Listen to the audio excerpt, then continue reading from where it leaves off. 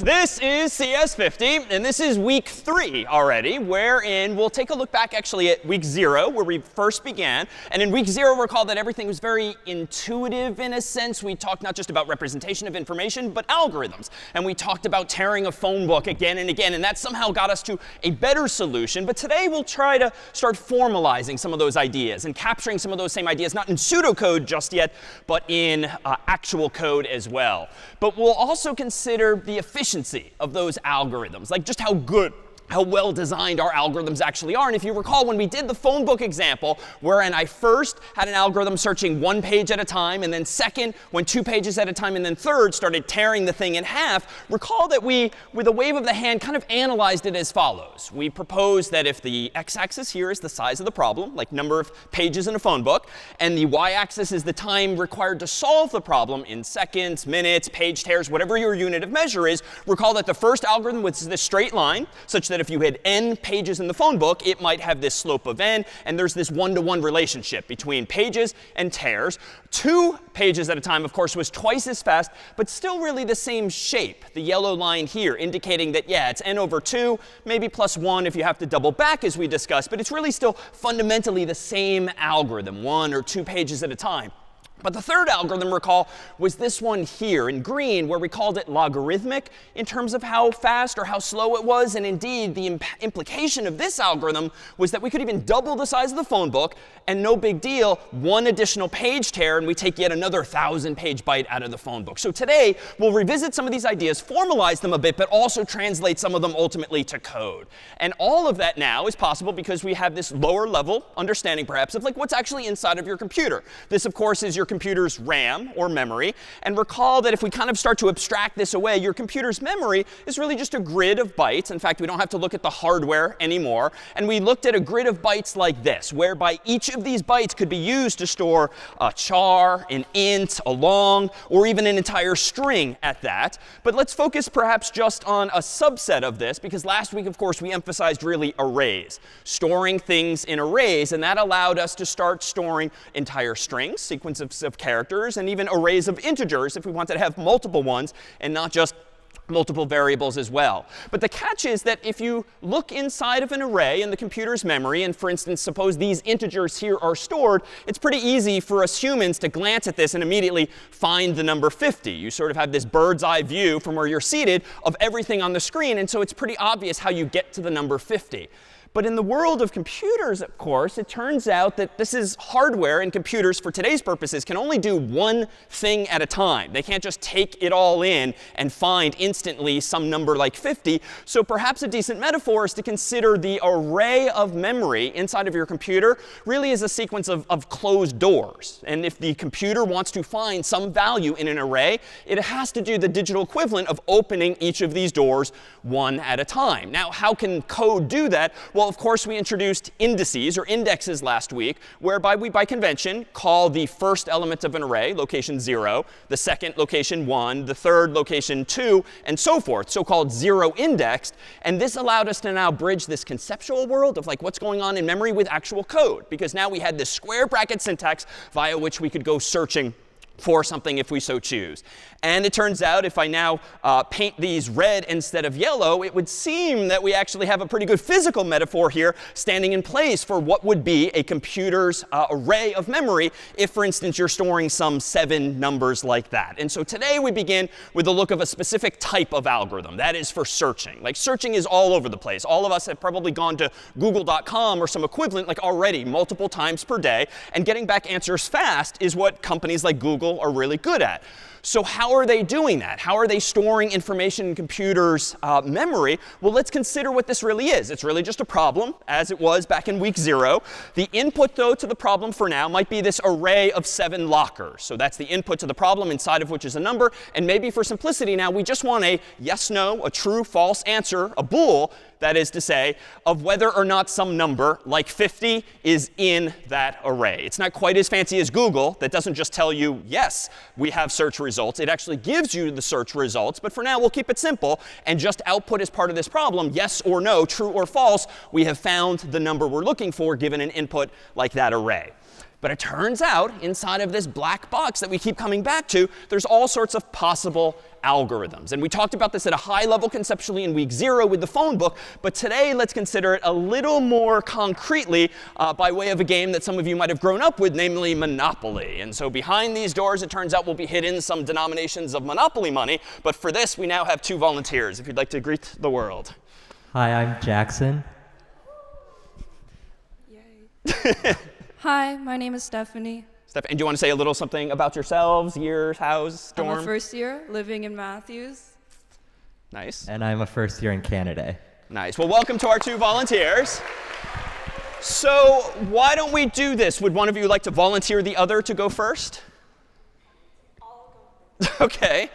All right, so Stephanie's up first. And behind one of these doors here, we've hidden the Monopoly Money 50. And so we'd like you to find the 50. We'll tell you nothing more about the lockers, but we would like you to execute a certain algorithm. And in fact, I'm going to give you some pseudocode for this. And I'm going to give you the name for it. It's called linear search. And as the name implies, you're pretty much going to end up walking in sort of a straight line. But how are you going to do this? Well, let me propose that in a moment, your first step will be to think kind of like a loop for each door from left to right.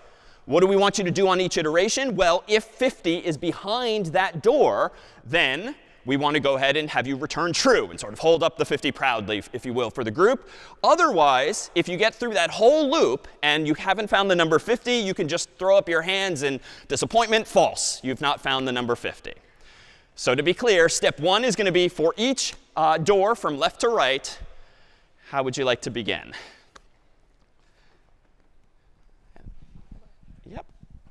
Oh, and then, yep, there we go. Yep. Oh.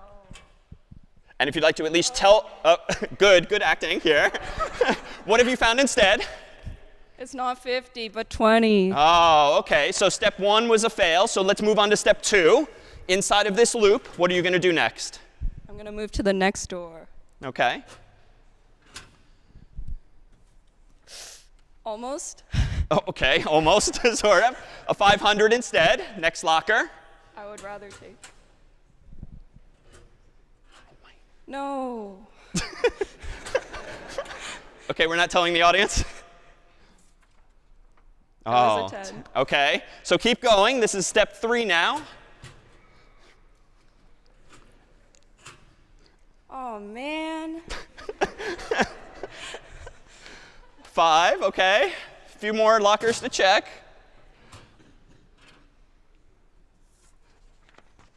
A little sad, guys. All right, second to last step.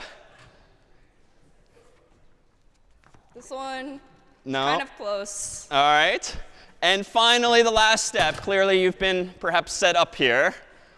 Let's go. All right. So the number 50.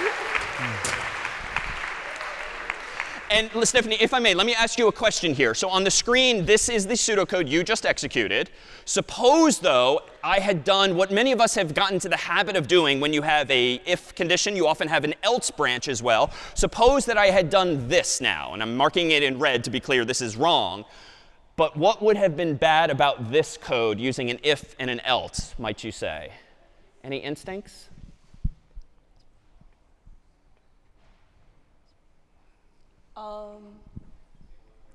Then you would end up like canceling the code before you found the 50. Yeah, And exactly. we'd just be eternally sad. Indeed, when Stephanie had opened the first locker, she had found 20. 20, of course, is not 50. She would have decreed false, but of course, she hadn't checked all of the rest of the lockers. So that would seem to be a key detail that with this implementation of the pseudocode, we actually do go through as we did and only return false, not even with an else, but just at the end of the loop, such that we only reach that line if we don't return truer earlier than that. Well, let's go ahead and do this. Let me take the mic from you if you'd like to take a seat next to Jackson. Jackson, in just a moment, we'll have you come up. Carter, if you don't mind reorganizing the lockers for us. But in the meantime, let me point out how we might now translate that same idea to code. Pretty high level, pretty English-oriented with that pseudocode. But really now, as of last week, we have syntax via which Stephanie and soon Jackson could treat this locker, this set of lockers, as really indeed an array using bracket notation. So we can now get a little closer in our pseudocode to actual code. And the way a computer scientist, for instance, would translate fairly high-level English, pseudocode like this, to something that's a little closer to C, or any language that supports arrays, would be a little more cryptically like this. But you'll see more of this syntax in the coming days. For I from 0 to n minus 1. This is still pseudocode, but that's kind of like the English-like way of expressing what we've come to know as a for loop.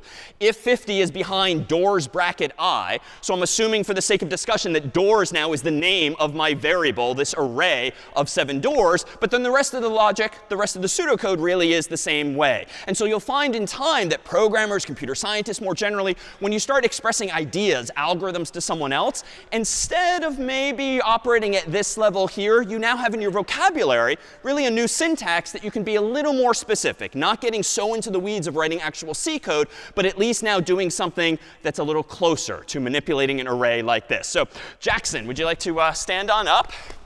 All right. Yes, support for Jackson here too. Nice.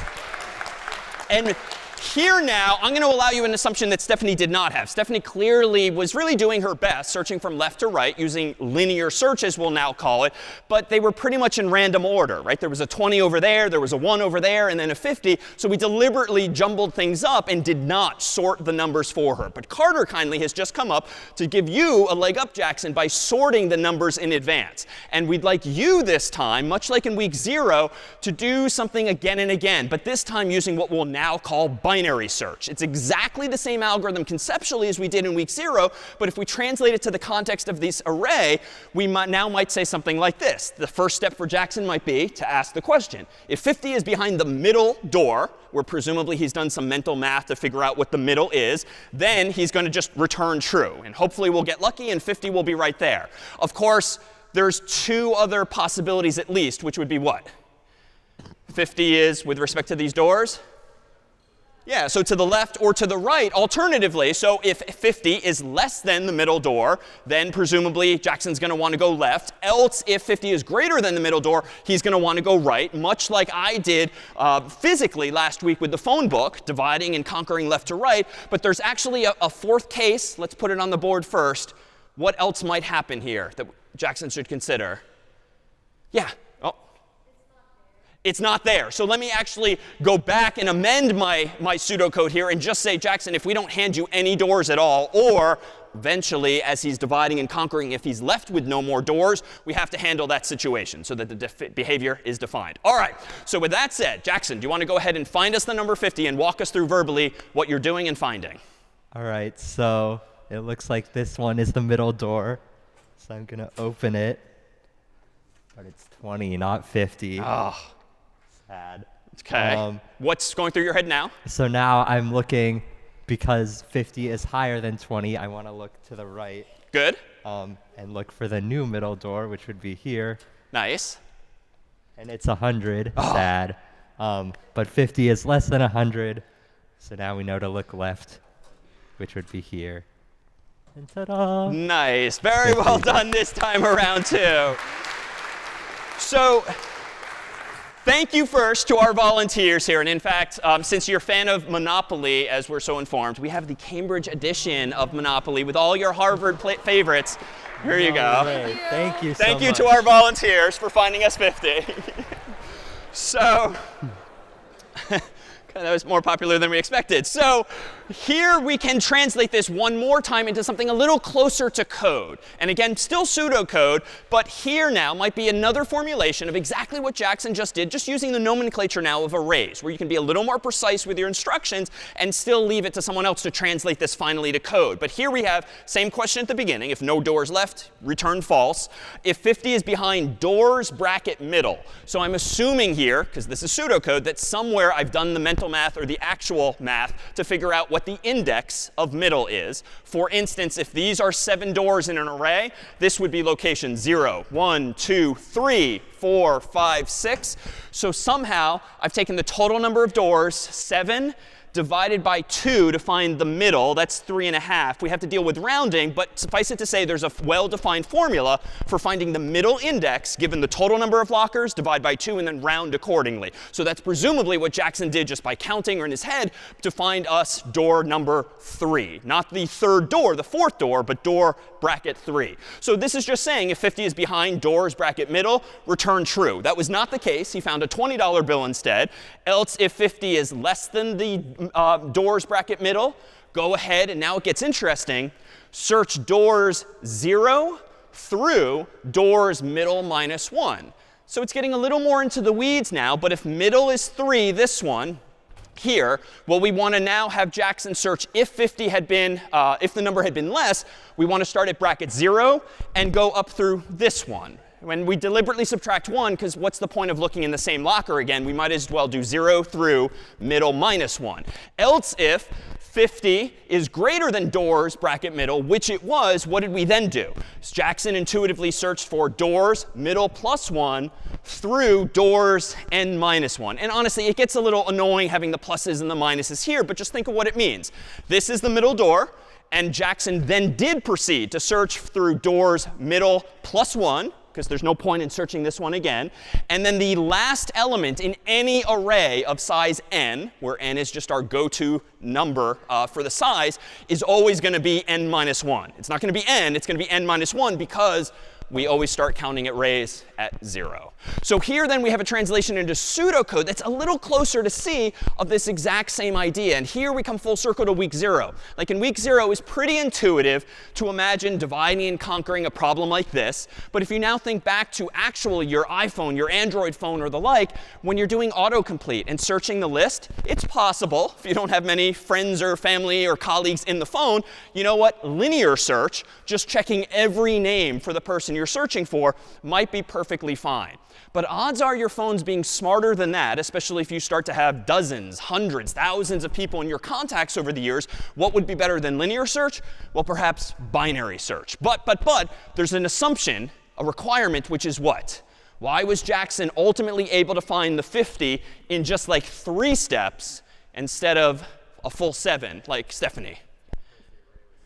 Because the array was sorted. And so this is sort of a teaser for what we'll have to come back to later today. Well, you know, how much effort did it take someone like Carter? How much effort does it take your phone to sort all of those names and numbers in advance? Because maybe it's not actually worth the amount of time. Now, someone like Google probably somehow keeps the database of web pages sorted.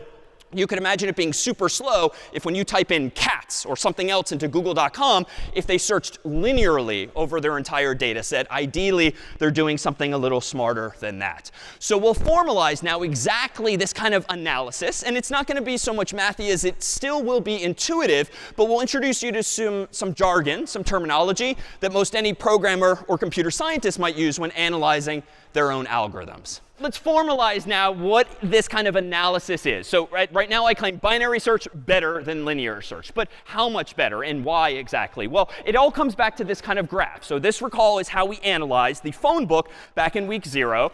And recall that indeed we had these formulas, rough formulas that describe the running time of those 3 algorithms. 1 page at a time, 2 pages at a time, and then tearing the thing again and again in half. And precisely, if you counted up the number of pages I was touching or the number of pages I was tearing, it's fair to say that the first algorithm, in the worst case, might have taken n total pages. It didn't, because I was searching for John Harvard at the time, which is somewhat early in the alphabet. But if I were searching for someone with the last name of Z, I would have had to keep going and going, in the worst case, through all n pages. Not as bad for the second algorithm, and that's why we do n divided by 2. And even that's a bit of a white lie.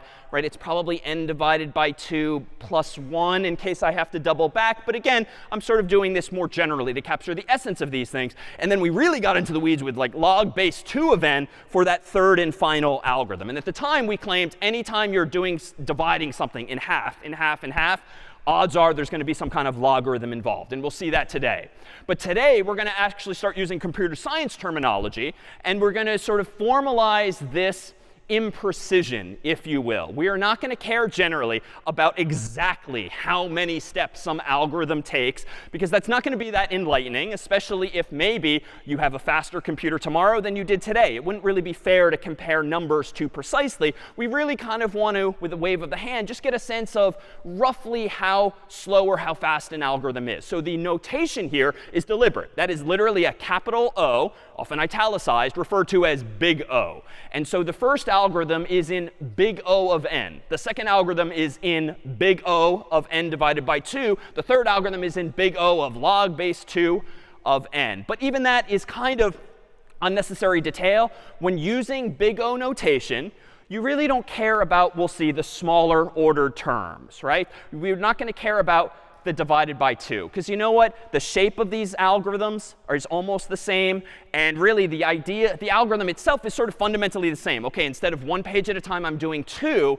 But if you throw millions of pages, billions of pages at me, those algorithms are really going to kind of perform the same as n gets really large, goes off toward infinity. And the same is true for logarithms. Even if you're a little rusty, it turns out that whether you do the math with log base 2, log base 3, log base 10, you can just multiply one by the other to really get the same formula. So this is only to say a computer scientist would generally say that the first 2 algorithms are on the order of n steps. The third algorithm is on the order of log n steps. And we don't really care precisely what we mean beyond that. And this big O notation, as we'll see, and actually let me zoom out. If you can imagine suddenly making the x-axis much longer, so more pages on the screen at once, it is indeed going to be the shapes of these curves that matter. Because imagine in your mind's eye, as you zoom out, zoom out, zoom out, zoom out, and as n gets much, much, much bigger on the x-axis, the red and the yellow line are essentially going to look the same once n is sufficiently large. But the green line is never going to look the same. It's going to be a fundamentally different shape. And so that's the intuition of big O, to get a sense of these rates of performance like this. So here then is big O. Here is perhaps a cheat sheet of like the common formulas that a computer scientist, certainly in an introductory context, might use when analyzing algorithms. And let's consider for a moment which of our first 2 algorithms, linear search and binary search, fall into these categories. So I've ordered them from sort of slowest to fastest. So order of n squared. It's not something we've actually seen yet, but it tends to be slow because it's quadratic. You're doing n times n. That's got to add up to a lot of steps. Better today is going to be n log n. Even better is going to be n. Even better than that is log n. And best is so-called order of 1, like 1 step, or maybe 2 steps, maybe even 1,000 steps, but a fixed, finite number of steps that never changes no matter how big n is. So given this chart, just to be clear, linear search, let's consider the worst case. In the worst case, how many steps did it take someone like Stephanie to find the solution to the problem, assuming not 7 doors, but n doors? Yeah. So on the order of n. And in this case, it's exactly n. But you know what? Maybe it's arguably 2n, right? Because it took Stephanie a couple of steps. Like she had to lift the latch. She had to open the door. Maybe it's 3 steps. She had to show the money. So now it's 3n, 2n. But there, we don't really care about that level of precision. We really just care about the fundamental number of operations. So we'll say yes on the order of n. So that might be an upper bound, we'll call this, for linear search. And how about binary search? In Jackson's case, or in general, me in week 0, if there's n doors, how many steps did it take Jackson or me using binary search? In this case, it was literally 3, but that's not a formula. Yeah, so it's on the order of log n. And indeed, if there's 7 doors, well, that's almost 8 if you just do a little bit of rounding. And indeed, if you take log base 2 of 8, OK, so that does actually give us 3. So the math actually checks out. And if you're not comfy with logarithms, no big deal. Just think about it intuitively. Logarithm of base 2 is just dividing something again and again. So on this chart, when we consider big O, which to be clear allows you to describe the order of an algorithm's running time, like the magnitude of it, but it also describes more specifically an upper bound. So in the worst case, for instance, these are pretty good measures of how good, or rather of how bad linear search and binary search might be. Why? Well, suppose you're searching a 1,000-page phone book and the person's name starts with Z. The algorithm's still going to be on the order of n steps. Why? Because it might take you as many as all n steps to find it. Now, that's not necessarily going to be the case in practice. If I use big O as an upper bound, well, it would be nice if there's sort of a corresponding lower bound, especially if you want to consider not just worst cases, but maybe best cases. So what might we use here? Well, so this is a capital Greek omega symbol. So omega is the symbol that a computer scientist uses generally to describe a lower bound on an algorithm, often in the context of best case, though not necessarily. So a lower bound means how few steps might an algorithm take. And here too, same formulas, and we'll fill in these blanks over time. Some algorithms might always take a minimum of n squared steps, or on the order of n steps. Some might only take n log n, or log n, or 1. So something like linear search. When Stephanie started with linear search, she didn't get lucky this time on stage, but what if she had and the first door she opened were 50? How might you then describe the lower bound on linear search in this so-called best case using this list of possible answers? Yeah. Yeah, so omega of 1. So in the best case, the lower bound on how many steps it might take linear search to find something might just be 1 step. Why? Because maybe Stephanie had gotten lucky and we had pre-filled these lockers with the numbers in some other order such that she might have opened the first locker and voila, the number 50 could have been there. So a lower bound arguably could indeed be omega of 1 for linear search. And how about now for Jackson? He used binary search, so he dived right into the middle of the problem. But what would be a lower bound on binary search using this logic? Yeah. Yeah, so again, omega of 1. Why? Because maybe he just gets lucky. And indeed, right in the middle of the lockers could have been the number 50. It wasn't. And so more germane in Jackson's actual practice would have been the big O discussion. But big O and omega, upper bound and lower bound, just allow a computer scientist to kind of wrestle with what could happen maybe in the worst case, what can happen in the best case, and you can even get even more precise, like the average case or the like. And this is indeed what engineers might do at a whiteboard in a company, in a university, when designing an algorithm and trying to make arguments as to like why their algorithm is better than someone else's by way of these kinds of analyses.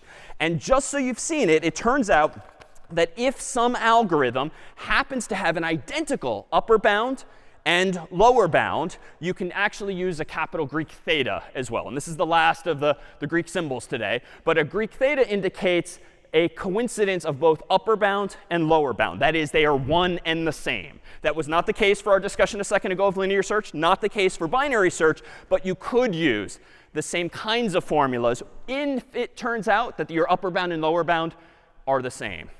So for instance, if I were to count everyone, like literally in this room, 1, 2, 3, 4, 5, 6, and so forth, you could actually say that counting in that way is in theta of n, right? Because in the best case, it's going to take me n points at the people in the audience. In the worst case, it's going to take me n. It's always going to take me n steps if I want to count everyone in the room. You can't really do better than that unless you skip people. So that would be an example off the cuff of something where theta is instead germane. Are any questions now on big O, on omega, or theta, which are now just more formal tools in the toolkit for talking about the design of our algorithms? Any questions? No? Seeing none? Yeah, oh, is this yes? No? OK, so we're good. So let's go ahead and translate this perhaps to some actual code. Let me go over to VS Code here, and let's see if we can't now translate some of these ideas to some actual code. Not so much using new syntax yet. We're going to still operate in this world of arrays like last week. So let me go ahead and create a program called search.c by executing code space search.c in my terminal. And then up here, let's go ahead and include our usual. So include CS50.h so I can get some input. Include standard.io.h so I can print some output. We'll do int main void, which the meaning of which we did start to tease apart last week. The fact that it's void again today just means no command line arguments. And let me go ahead and do this. let me go ahead and declare, just for discussion's sake, a static array, like an array that never changes. And the syntax for this is going to be give me an array called numbers using the square bracket notation. And I'm going to immediately initialize it to 20, 500, 10, 5, 100, 1, and 50, reminiscent of those same denominations as before. So this is a slightly new syntax that we've perhaps not seen. And the curly braces here, which are different from for loops and while loops and functions, just tell the compiler, please give me an array of whatever size this is containing those numbers left to right. I could alternatively use last week's syntax of saying something like this. Let's see, 1, 2, 3, 4, 5, 6, 7 denominations. I could alternatively do this. And then I could say numbers bracket 0 equals 20, numbers bracket 1 equals 500. And I could do this 5 more times. That's just a little tedious. If you know the numbers in advance, you don't have to tell the compiler how many there are. You can just let it figure it out that your numbers will be 20, 500, 10, 5, 100, 1, and 50. So this is how you statically define an array. All right, let me just go ahead and ask the user now for a number. We'll call it n by using getInt and prompting them for a number. So nothing new there. And now let me go ahead and implement linear search. And the pseudocode we had for this before used some array-like notation. Let me go ahead then and start similarly. For int I, and you almost always start counting at I by convention, so that's perhaps a good starting point. I'm going to do this so long as I is less than 7. Not the best design to hard code the 7, but this is just for demonstration's sake for now, because I know how many numbers I put in there. And then I'm going to do I++. So now I have the beginnings of a loop that will just allow me to iterate over the entire array. And let me ask this. If the current number at location I equals n, which is the number the human typed in, then let's go ahead and do something simple like printf, quote unquote, found, \n. And then, per our discussion last week, to indicate that this is successful, I'm going to return 0 if I found it. And if I don't find it, I'm just going to go down here and by default say not found, \n. And just for convention, just for good measure, per convention, I'll return 1, or really any value other than 0. 0, recall, means success, and any other integer tends to mean error of some sort, irrespective of the number I'm looking for. So just to revisit, the only thing that's new here is this syntax for creating an array of 7 numbers, these numbers. And then after that, we have really highlighted here an implementation of linear search. I mean, this is the C version, I dare say, of what Stephanie did on the board, whereas now the array is called numbers instead of doors. But I think it's pretty much the same. Let me go ahead and open my terminal window and run make search. Seems to compile OK, /search. And let's go ahead and search for a number. We'll start with what we did before, 50. And it's found. Let's go ahead and run it again, /search. Let's search for maybe 20 at the beginning. That one, too, is found. Let's run it one more time, searching for like 1,000, which is not among the denominations. And that one, indeed, is not found. So we've taken an idea from week 0, now formalized in week 3, and just translated it now to code. Questions on this implementation of linear search? Linear search. Nothing. Oh.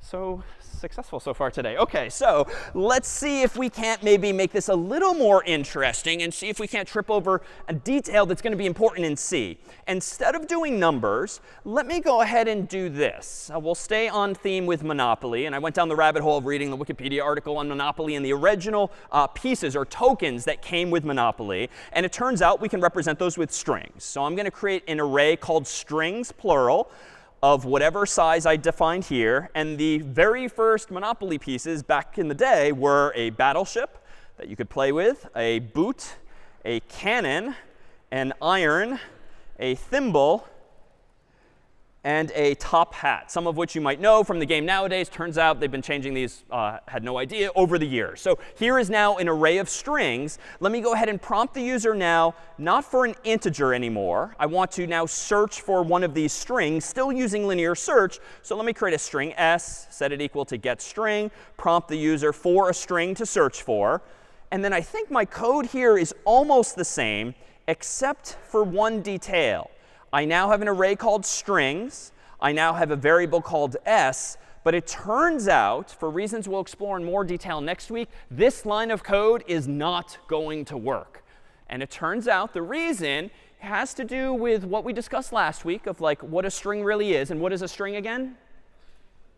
A string is an array.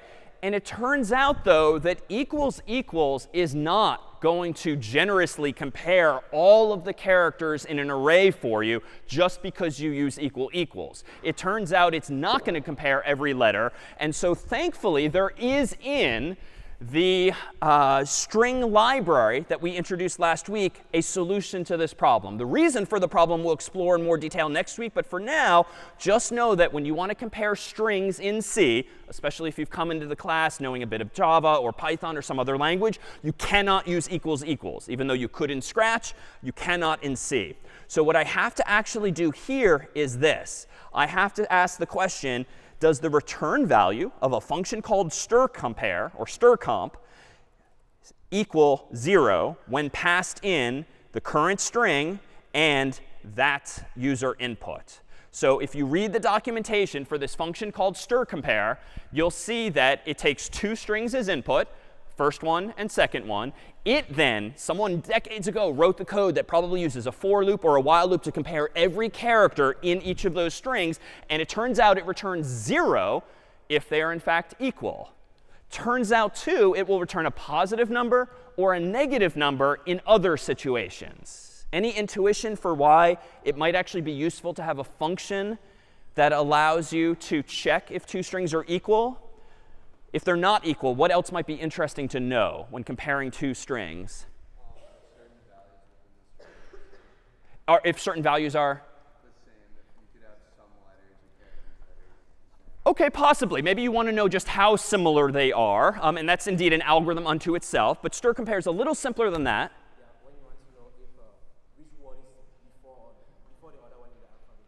Exactly. If you're trying to like alphabetize a whole list of strings, just like your phone probably is for your contacts or address book, it turns out that strCompare will actually return a positive number or a negative number or a 0 based on whether maybe it comes alphabetically first or later or in fact equal. So that can be a useful thing. And that's just a teaser for a lower level explanation that we'll see next week. So now let me cross my fingers and see if I got this right. Let me go ahead and do make search.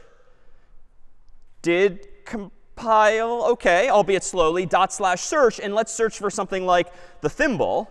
And we see that that's indeed found. Otherwise, let's search for something that I know isn't there, like a race car, which was there when I grew up. But, segmentation fault, core dumped. And actually, some of you have tripped over this error before. Anyone want to admit seeing this? So yeah, not something we've talked about. And honestly, not something I intended just now. But that, too, we'll see next week. Any intuition for why my program just broke? I didn't really change the logic. It's still linear search. Let me hide the terminal so you can see all of the code at once. The only thing I did was switch from integers to strings. And I switched to strCompare here. But segmentation fault happened. And the teaser is that that somehow relates to the computer's memory. Yeah? Yeah, and this is subtle, but spot on. So 1, 2, 3, 4, 5, 6 elements total in this array versus the 7 numbers of monopoly denominations that we had earlier. And this is where, see, sort of case in point, this came back to bite me. The fact that I hard-coded this value as opposed to maybe separating it out as a constant or declaring it higher up kind of bit me here, because now I'm iterating over an array of size 6. But clearly, I'm going one step too far, because I'm literally going to iterate 7 times, not 6. So it's as though I'm looking at memory that's over here. And indeed, next week, we'll focus on memory. And that's just a bad thing. So odds are, not even seeing your code from this past week, if any of you have had segmentation faults, odds are you touched memory that you shouldn't have. You maybe looped too many times. You might have used a negative number to get into your array. In general, you touched memory that you shouldn't have. And you touched a segment of memory that you shouldn't have. The fix, though, at least in my case, is simple. Just don't do that. So let me go ahead and recompile this. Make search /search. And I'll search again for race car. Enter. And now it does not crash, but it does tell me it's not found. So subtle, but something you might yourself have tripped over already. Questions, then, on what I just did, intentionally or otherwise? Yeah, in front.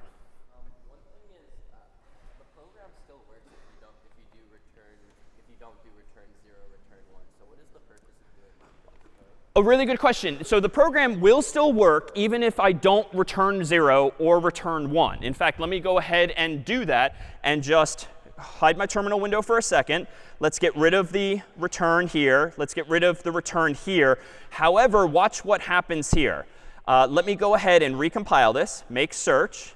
Let me scroll up in my code here. Let me go ahead and do /search. And let me go ahead and search for the first thing in the list, battleship. So I know that this should be found. I hit enter. Huh, interesting. So it's saying found, not found. But do you see why logically in this case? Exactly.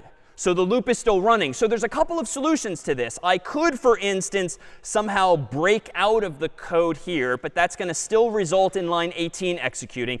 I could then instead just return here. I don't strictly need to return 1 down at the bottom, but I made this claim last week that it tends to be helpful as your programs get more sophisticated to at least signify, just like a real-world programmer, error codes when something goes wrong. So returning 0 in main is the easiest way to signify my code is done. I'm ready to exit successfully. That's it.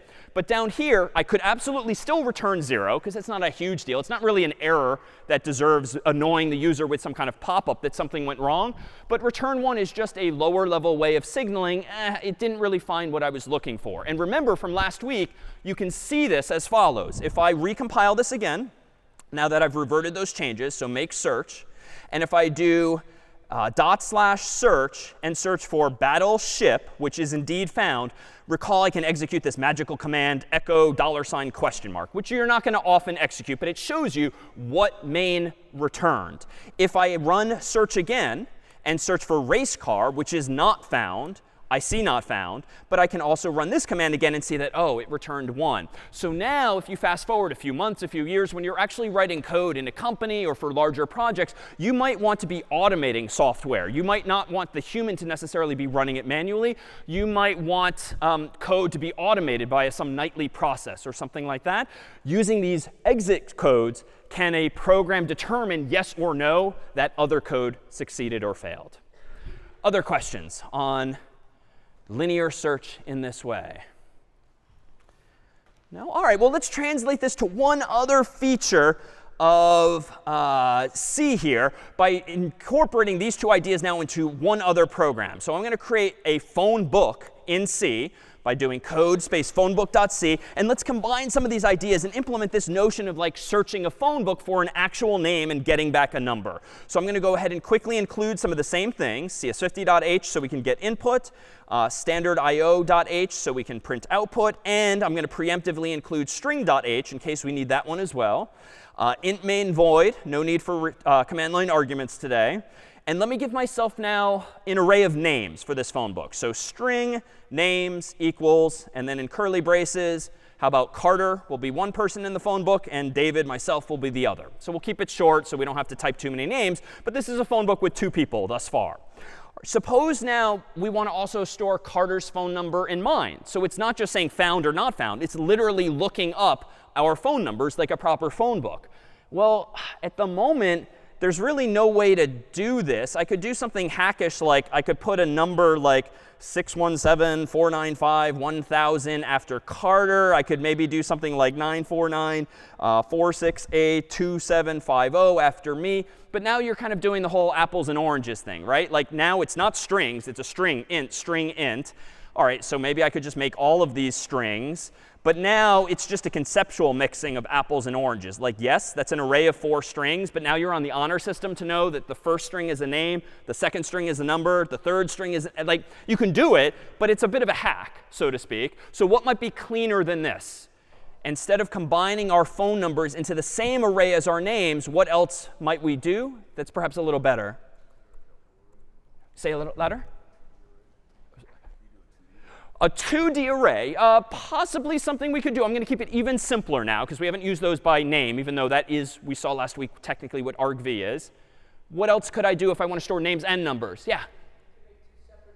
Yeah, let me go with this suggestion. Just it's a little simpler. Rather than complicate things in literally different dimensions, let me go ahead and do string.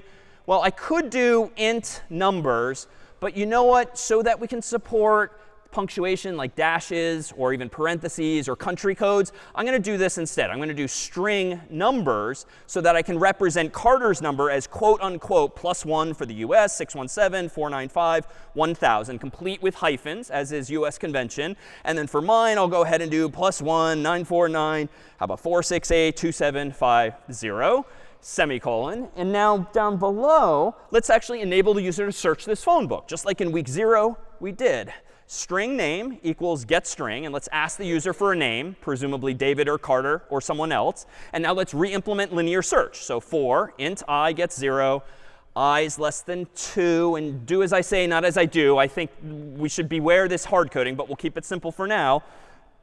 I++, and then in this for loop, I think we have all of the ingredients to solve this. So if the return value of stir compare of all of the names, bracket I, comparing against the name that the human typed in, if all of that equals 0, that is, all of the characters in those two strings are equal, then I think we can go ahead and say found, just like last time. But you know what? Let's actually print Carter's or my phone number. So found %s, and we'll plug in numbers, bracket I. And then just for consistency, I'll return 0 here. And down here, how about I'll say something like printf not found, just to be clear. And then I'll return 1 as well. So just to recap, here's all of the code. It's almost the same as before, except now it's useful. I'm not just saying found or not found. I found a number in Monopoly, or I found a piece in Monopoly. I'm looking up in one array one of the strings, and then I'm printing from the other array the answer. So let me go ahead here and run the compiler, make phone book, enter. OK, that's promising. No errors. /phonebook now. And let's search for instance, Carter. Enter. All right, so we found Carter's number. All right, let me do that again. Phone book. Let's search for David. All right, we seem to have found David's number. All right, let's do it one last time. Phone book. Enter. And now we'll search for like John Harvard. Enter. Not found. All right, so I dare say, albeit with minimal testing, this code is correct. Would anyone now like to critique the design? Does something rub you the wrong way, perhaps, about this approach here? And as always, think about how, if the program maybe gets longer, more complicated, how decisions like this might unfold. Yeah? OK, so if I is less than 2, so technically, if I change the number of people in this phone book, I'm going to have to update I. And we've already seen that I get myself into trouble. So that's bad design. Good.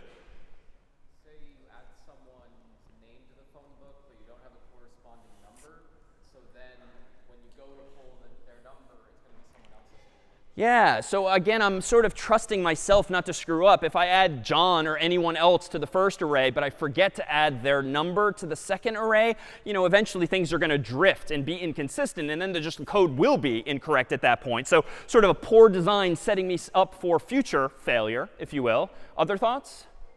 Yeah.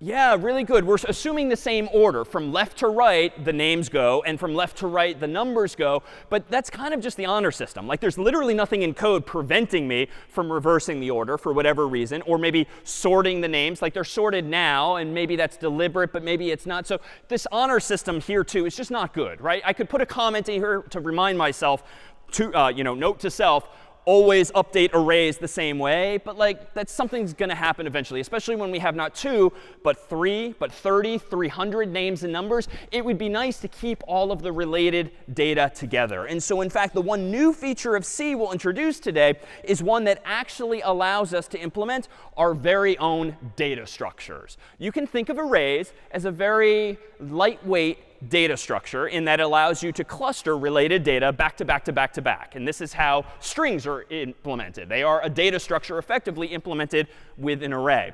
But with C and with other languages, it turns out you can invent your own data types, whether they're one-dimensional, two-dimensional even, or beyond. And with C, can you specifically create your own types that have their own names. So for instance, wouldn't it have been nice if C came with not just char and int and float and long and others? Wouldn't it be nice if C came with a data type called person? And ideally, a person would have a name and a number. Now, that's a little naive and unrealistic. Like, why would they define a person to have just those two fields? Certainly, people could have disagreed what a person is. So they leave it to us. Like, the authors of C gave us all of these primitives, ints and floats and strings and so forth.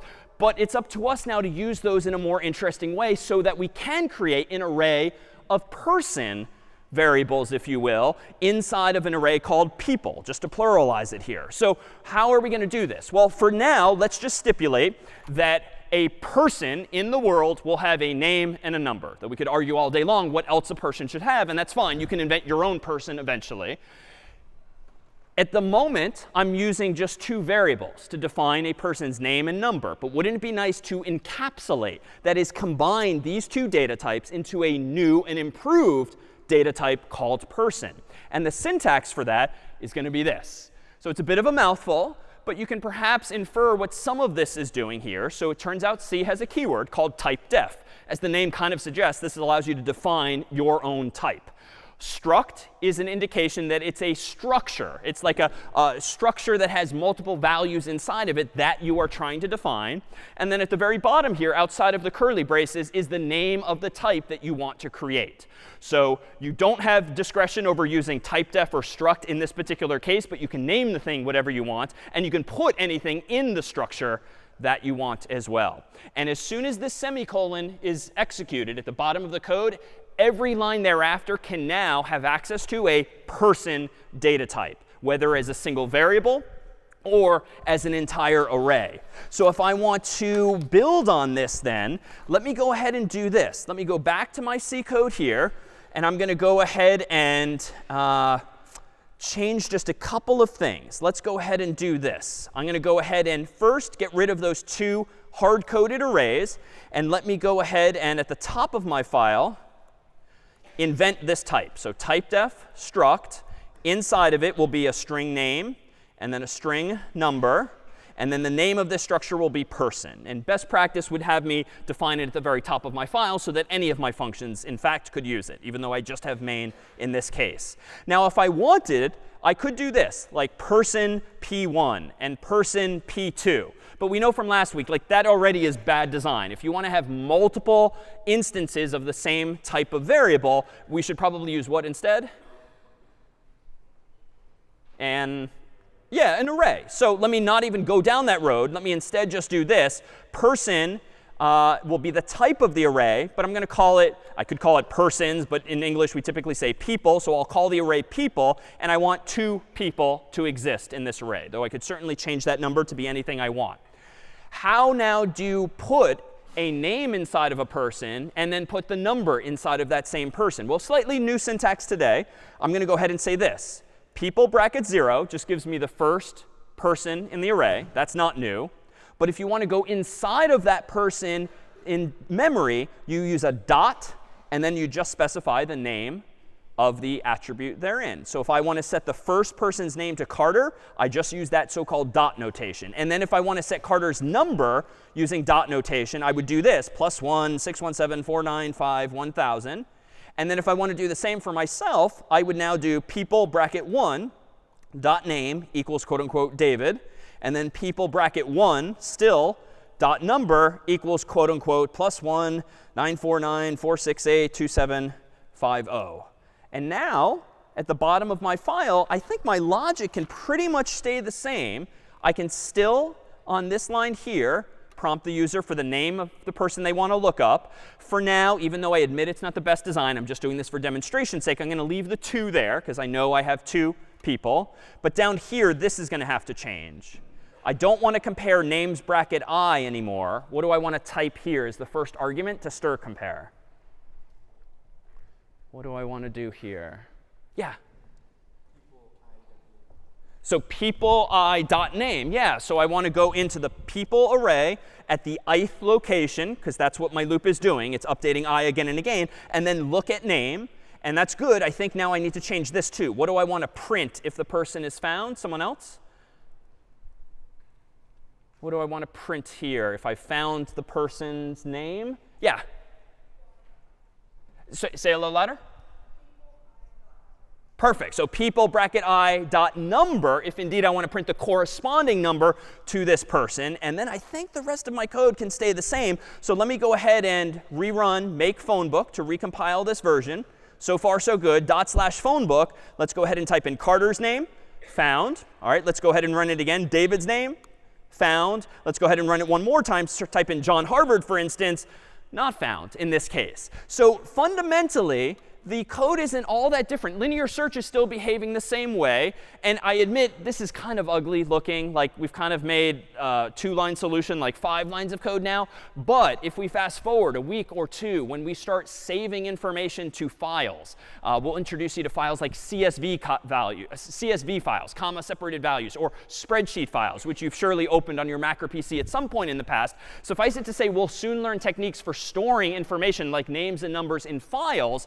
And at that point, we're not going to do any of this hackish sort of hard coding of the number 2 and manually typing my name and Carter's name and number into our program. We'll read the information dynamically from a file. And in a few weeks, we'll read it dynamically from a database instead.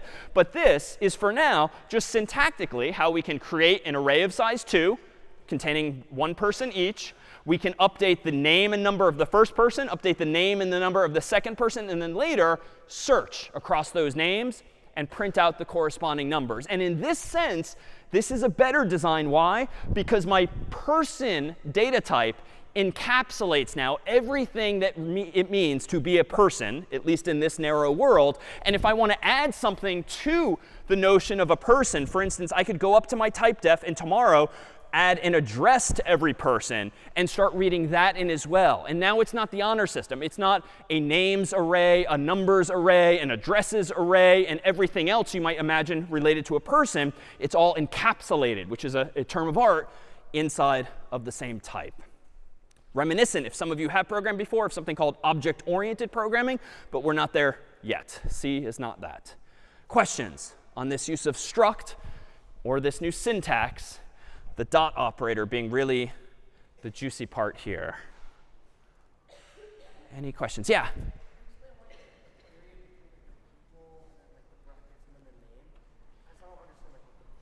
On what line number? 16. So yes, so syntactically, we introduced the square brackets last week. So doing people bracket 0 just means go to the first person in the array. That was like when Stephanie literally opened this door. That's doors bracket 0. But this is, of course, people bracket 0 instead.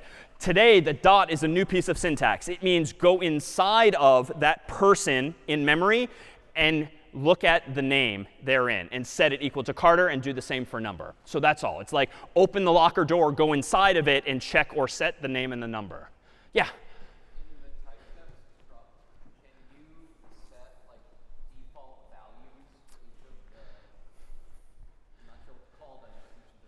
Attributes is fine. Good question. In the struct, can you set default values? Short answer, no. And this is where C becomes less featureful than more modern languages like Python and Java and others, where you can, in fact, do that. So when we transition to Python in a few weeks' time, we'll see how we can start solving problems like that. But for now, it's up to you to initialize name and number to something. Yeah?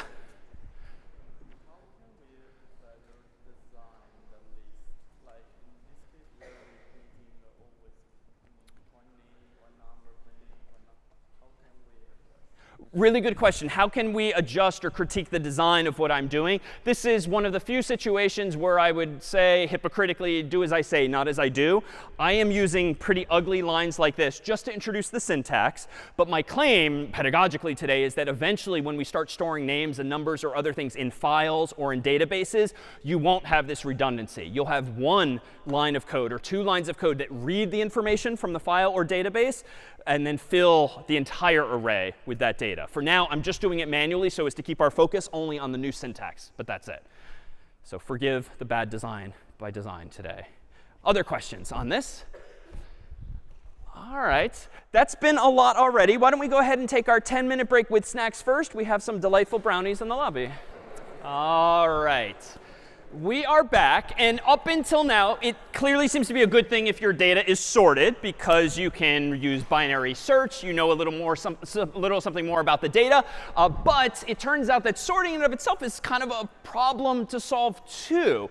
And you might think, well, if sorting is going to be pretty fast, we absolutely should do it before we start searching, because that'll just speed up all of our searches. But if sorting is slow, that kind of invites the question, well, should we bother sorting our data if we're only going to search the data maybe once, maybe twice? And so here is going to be potentially a trade-off. So let's consider what it means really to sort data. In our case, it's just going to be simple and use numbers, but it might, in the case of the Googles of the world, be actual web pages or persons or the like. So here is our typical picture for sorting input, for solving any problem. Input at left and output at right. The input to our sort problem is going to be some unsorted set of values, and the output ideally will be the same set of values sorted. And if we do this concretely, let's suppose that we want to go about sorting this list of numbers: 7, 2, 5, 4, 1, 6, 0, 3. So it's all of the numbers from 0 to 7, but they're somehow jumbled up randomly. That's going to be the input to the problem, and the goal is now to sort those so that you indeed get out 0, 1, 2, 3, 4, 5, 6, 7 instead.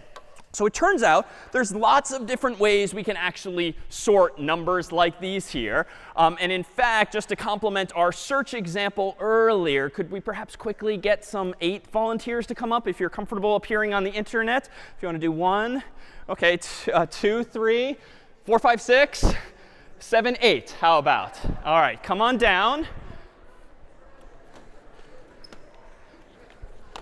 All right.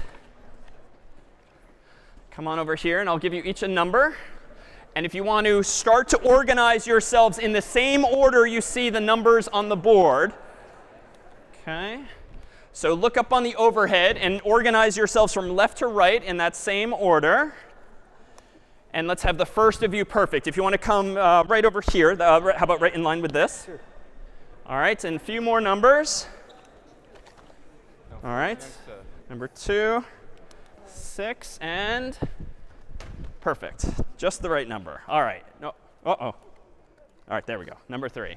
All right, so let's just do a quick check. We have 7, 2, 5, 4, 1, 6, 0, 3. Very good so far. Do you want to just scooch a little this way just to make a little more room? All right, and let's consider now who we have here on stage. You want to each say a quick hello to the audience? Hi, my name is Ryan. I'm a first year from Pennypacker. Hi, my name's Itzel. I'm a first year at Strauss. Hi, my name is Lucy, and I'm a first year from Greeno. Hi, my name is Shiloh. I'm a first year in Wigglesworth. Hi, my name's Jack, and I'm a first year in Strauss. Hi, my name is Catherine. I'm a first year in Strauss. Hi, my name is Michael, and I'm a first year at Pennypacker. Hi, my name is Mohammed. I'm a first year in Matthews. Nice. Welcome aboard. All right, so let's consider now how we might go about sorting our kind volunteers here. The goal being to get them into order from smallest to largest, so that presumably then we can use something smarter than just linear search. We could actually use binary search, assuming that they are already then sorted. So let me propose that we first consider an algorithm that actually has a name called selection sort. And selection sort is going to be one that literally has me, or really you as the programmer, selecting the smallest element again and again, and then putting them into the appropriate place. So let me go ahead and start this here, starting with the number 7. At the moment, 7 is the smallest number I found, so I'm going to make mental note of that with a mental variable, if you will. I'm going to move on now. Oh, number 2 is obviously smaller, so I'm just going to update my mental reminder that 2 is now the smallest, effectively forgetting for now number 7. 5, not smaller. 4, not smaller. 1, smaller, and I'm going to make mental note of that. 6, not smaller. 0, even smaller. I'll make mental note of that, having forgotten now everything else. And now number 3 is not smaller. So what's your name again? Michael. So Michael is number 0. He belongs, of course, way down there, but unfortunately you are Ryan? Ryan is in the way, so what should we do? How should we start to sort this list? Where should number 0 go? Yeah, okay. Do you want to say it louder? Yeah, so let's just go ahead and swap. So if you want to go ahead and 0, go on where 7 is. We need to make room for number 7. It would kind of be cheating if maybe everyone kind of politely stepped over to the side. Why? Because if we imagine all of our volunteers here to be an array, like that's a crazy amount of work to have every element in the array shift to the left just to make room. So we're going to keep it simple and just evict whoever's there. Now maybe we get lucky and number 7 is actually closer to its destination. Maybe we get unlucky and it goes farther away, but we've at least solved one problem. If we had n problems at first, now we have n minus 1 because number 0 is indeed in the right place. So if I continue to act this out, let me go ahead and say 2. OK, currently the smallest. 5, no. 4, no. 1, currently the smallest. I'll make mental note. 6, 7, 3. And now let me pause. 1 is obviously the now smallest element. So did I need to keep going? Well, it turns out, at least as I've defined selection sort, I do need to keep going because I only claim that I'm using one variable in my mind to remember the then smallest element. I'm not smart enough, like us humans, to remember, oh, wait a minute, 1 is definitely the smallest now. I don't have that whole recollection. So I just am keeping track of the now smallest. So number 1, your name was? Jack. Jack. Where should Jack go? Probably there. And what's your name? Itzel? OK, so Jack and Itzel, if you want to swap places, we've now solved 2 of the n total problems. And now we'll do it a little faster if each of you want to sort of start to swap as I find the right person. So 5, smallest. 4 is smaller. 2 is smaller. Got to keep checking. OK, 2 is smaller. All right, now I'm going to go back to the beginning. All right, 4 is small. 5 is not. 6 is not. 7 is, oh, 3 is small. Where do you want to go? OK, good. I'm going to go back here. And I can be a little smart. I don't have to go all the way to the end because I know these folks are already sorted. So I can at least optimize slightly. So now 5 is small, 6 is small, 7 is 4 is smaller if you want to go in place there. And now here things get interesting. I can optimize by not looking at these folks anymore because they're obviously problem solved. But now 5 is small, 6 is not, 7 is not. OK, 5, you can stay where you are. Now a human in the room is obviously going to question why I'm wasting any more time. But with selection sort, as I've defined it thus far, I still have to now check 6 is smallest, not 7. And now my final step, OK, they're all in place. So here, too, is this dichotomy between what we all have is this bird's eye view of the whole problem where it's obvious where everyone needs to go. But a computer implementing this with an array really has to be more methodical. And we're actually saving a step here. If we were really doing this, none of these numbers would be visible. All 8 of our volunteers would be inside of a locked door. And only then could we see them one at a time. But we're focusing now just on the sorting aspect. So let me just, before we do one other demonstration here, propose that what I really just did here in pseudocode was something like this. For I from 0 to n minus 1, keeping in mind that 0 is always the left of the array, n minus 1 is always the right end of the array. For I from 0 to n minus 1, I found the smallest number between numbers bracket I and numbers bracket n minus 1. And that's the very geeky way of expressing this optimization. I'm always starting from numbers bracket I, wherever I am, and then everything else to the right. And that's what was allowing me to ignore the already sorted volunteers. If, though, my last line says swap smallest number with numbers I think that implements what our humans were doing by physically walking to another spot. All right, so that then would be what we'll call selection sort. Let's go ahead and take a second approach here using an algorithm that I'm going to call bubble sort. But to do this, we need you all to reset to your original locations. We have a little cheat sheet on the board if you'd like to go back to this position here. And let me take a fundamentally different approach because I'm not really liking selection sort as is because it's kind of a lot of walking back and forth. And a lot of walking suggests like a lot of steps again and again. So what might I do instead? Well, bubble sort is going to have me focus a little more intuitively on just smaller problems. And let's see if this gets me somewhere else. So if I just look at this list without looking at everyone else, 7 and 2. This is obviously a problem. Why? Because you're out of order. So let's just solve one tiny problem first. So 7 and 2, why don't you swap?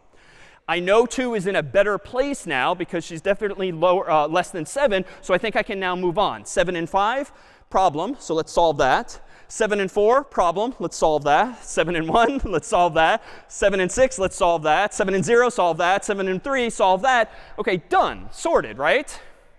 All right, obviously not if you just glance at these numbers here. But we have fundamentally taken a bite out of the problem. 7 is indeed in the right place. So we maximally have n minus 1 other problems to solve.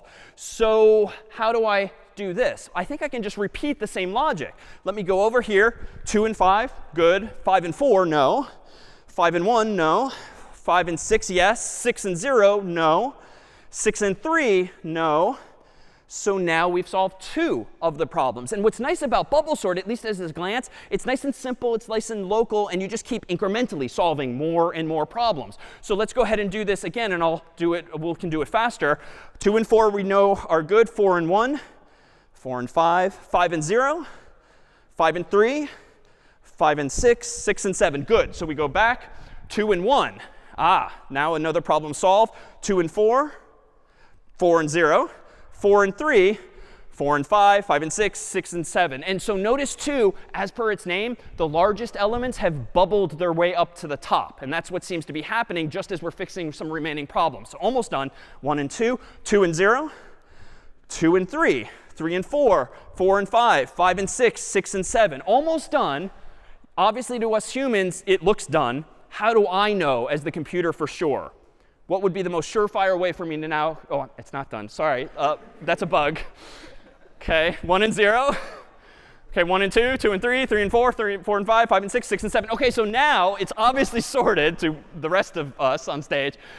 How could I confirm as much as code? Right? You're doing it with your mind, just glancing at this. How would the computer, the code, know for sure that this list is now sorted? Yeah. Let's do it one more time and draw what conclusion?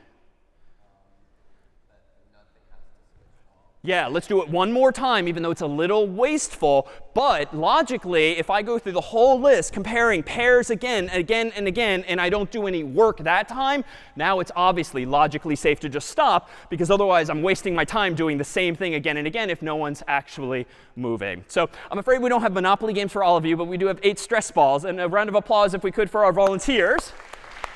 If you want to put your numbers on the shelf there.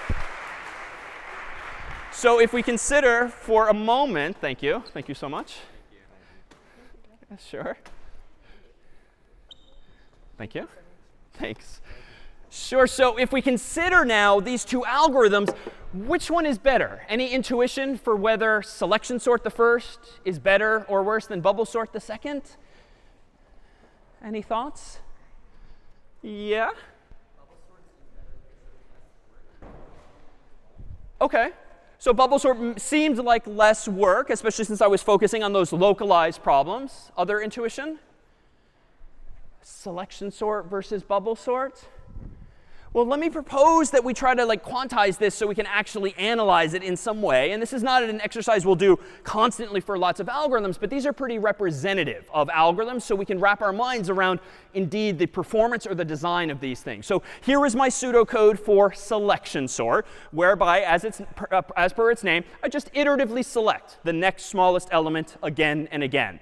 So how can we go about analyzing something like this? Well, we could just do it on paper pencil and count up the number of steps that seem to be implied logically by the code. We could literally count the number of steps I was taking again and again, left to right. We could also just count the number of comparisons I was making with each of the persons involved. And I was doing it kind of quickly in selection sort, but every time I was looking at a person trying to decide, do I want to remember that number as smallest, that number, I was comparing 2 values with an equals equals or less than or greater than sign, at least if we had done this in code. So that tends to be the norm when analyzing algorithms like these, counting the number of comparisons, because it's kind of a global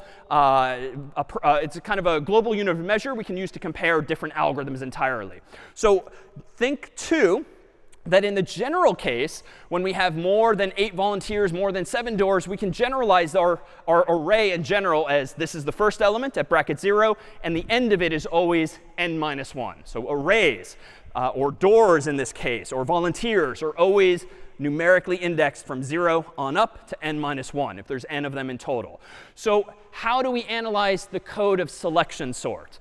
Well, how many steps did it take me to find the first smallest element? Or more precisely, how many comparisons did I need to make when I walked left to right to find our first smallest person, which ended up being 0? How many comparisons did I do when walking left to right? If there were 8 people on stage, how many total comparisons did I do? Like if there's 8 people, I compared these folks, then like this person, yeah. Yeah, so 7 total, right? Because if there's 8 people on stage, you can only do 7 comparisons total, because otherwise you'd be comparing one number to itself. So it seems like in the general case, if you've got n numbers that you're trying to sort, finding the smallest element first takes n minus 1 comparisons. Maybe n total steps left to right, but the number of comparisons, which I claim is just a useful unit of measure, is n minus 1. How about finding the next smallest person? How many steps did it take me to find the next smallest number, which ended up being the number 1? Yeah.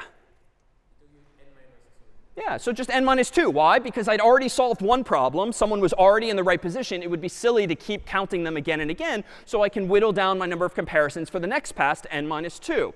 The third pass, to find the third smallest number, would be n minus 3. And then dot, dot, dot. Presumably this story, this formula, ends when you have just one final pair, the people at the end to compare. So if this is looking a little reminiscent of some kind of recurrence from high school or high school math or physics or the like, let me just stipulate that if you actually do out this math and generalize it, that is the same thing as n times n minus 1 divided by 2. And if you're rusty on that, no big deal. Just kind of commit to memory that anytime you add up this kind of series, something plus something slightly smaller plus something slightly smaller, each of which differs by 1, you're going to get this formula, n times n minus 1 over 2. If we, of course, multiply that out, that's really n squared minus n all divided by 2. If we keep multiplying it out, that's n squared divided by 2 minus n over 2. And now we have kind of a vocabulary with which we can talk about the efficiency, the design of this algorithm. But honestly, I don't really care about this level of precision, like n squared divided by 2 minus n divided by 2. As n gets really large, which of these symbols, which of these terms is really going to dominate, become the biggest influencer on the total value of steps? Right, it's the square, right? Like, it's definitely not n divided by 2. That's shaving some time off. But n squared, as n gets big, is going to get really big. If n is 100, then n squared is bigger. If n is 1,000,000, n squared is really bigger. And so at the end of the day, when we're really just talking about sort of a wave of the hand analysis, an upper bound, if you will, let's just say that selection sort, as analyzed here, it's on the order of n squared steps. It's not precisely n squared steps, but you know what? N squared divided by 2, the intuition here might be that, well, it's half of that. N squared is what really matters as n gets really, really large. And that's when you start thinking about and trying to solve the Google problems of the world. When n gets large, that's when you have to be smarter than just sort of naive implementations of any algorithm. So where then does this algorithm fall into this categorization here? Well, n squared, it turns out, is on the order of n squared steps in the worst case, whether it's sorted or not. It turns out, though, lower bound, if we consider this same code, suppose the best case scenario, like our 8 volunteers came up on stage, and just because they already sorted themselves, so 0 through 7, suppose they just happened to be in that state. How many steps would selection sort take to sort an already sorted list of volunteers? Any intuition? Yeah. Would it still be n? So for the first pass, it would still be 7 for the first pass across the humans, because even though, yeah, I'm claiming 0 is here, I don't know that 0 is the smallest until I make my way all the way over there, doing all 7 comparisons. OK, fine. First pass took 7, or more generally, n minus 1 steps. What if I look for the next smallest element, and the humans in this story are already sorted 0 through 7? Well, yes, the number 1's here, and I see them first. But I don't know they're the smallest until I compare against everyone else, get to the end of the list, and realize, oh, well, that was stupid. I already had the smallest person in hand then. And so this pseudocode, this implementation of selection sort, is sort of fixed like this. There's no special case that says, if already sorted, quit early.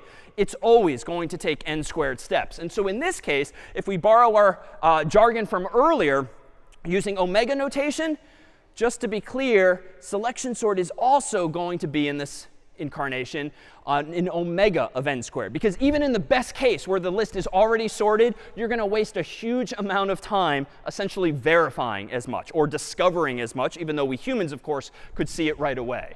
So selection sort would seem to take both n squared steps in the worst case n squared steps in the best case. And so you know what? We can use our theta terminology for that. Here would be an algorithm, just like counting earlier, that always takes n squared steps, no matter whether the array is sorted or not from the get-go. All right, so hopefully we can do better. And someone proposed earlier that bubble sort felt like it was using fewer steps. Well, let's consider that next. With bubble sort, we had this pseudocode, I claim, whereby, let's focus on the inside of the code first. Down here, what was I doing? For I from 0 to n minus 2. That's curious. We've never seen n minus 2 before, but I asked this question. If numbers bracket I and numbers bracket I plus 1 are out of order, swap them.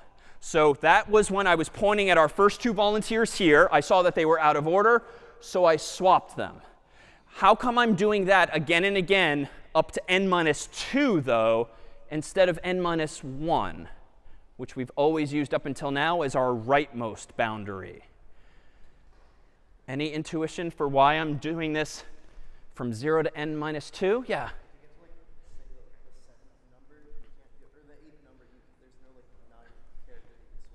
Exactly. Because I'm looking at the ith person per this pseudocode here and the ith plus 1 person, I better make sure I don't go step beyond the boundaries of my array. So if you think of like my left hand when my back was to here, pointing at the current person at the first position, my right hand for this if conditioner is essentially pointing at the person next to them.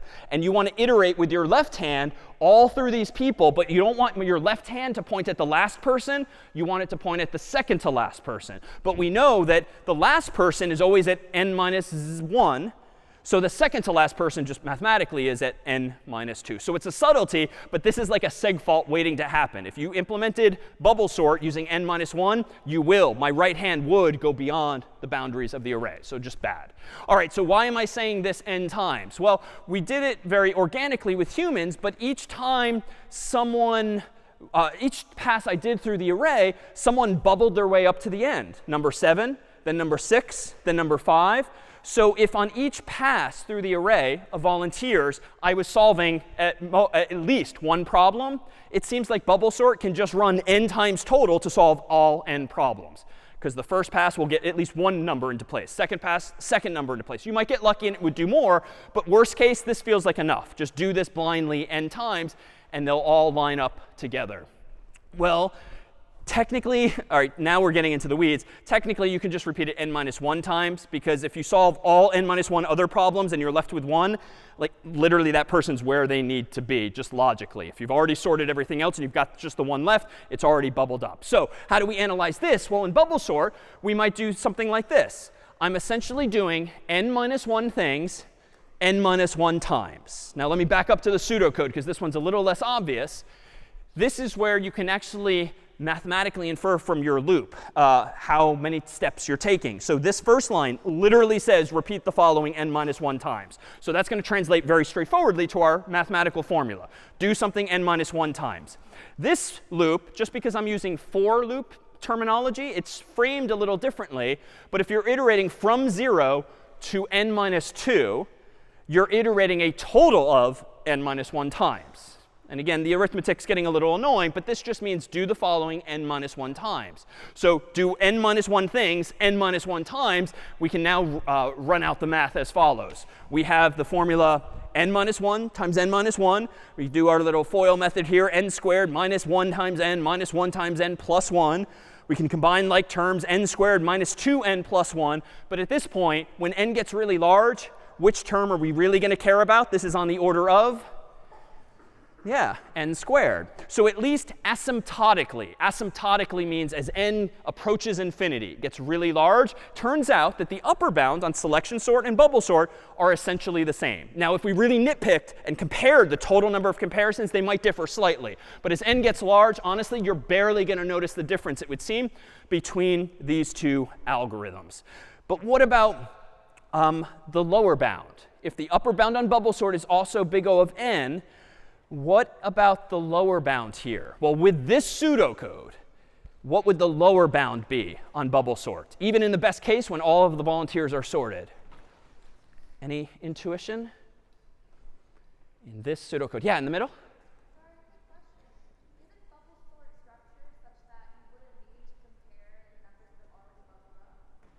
Good question. Isn't bubble sorts designed such that you wouldn't need to compare numbers that have already bubbled up? That's what's happening here in the middle implicitly. I'm always going from left to right.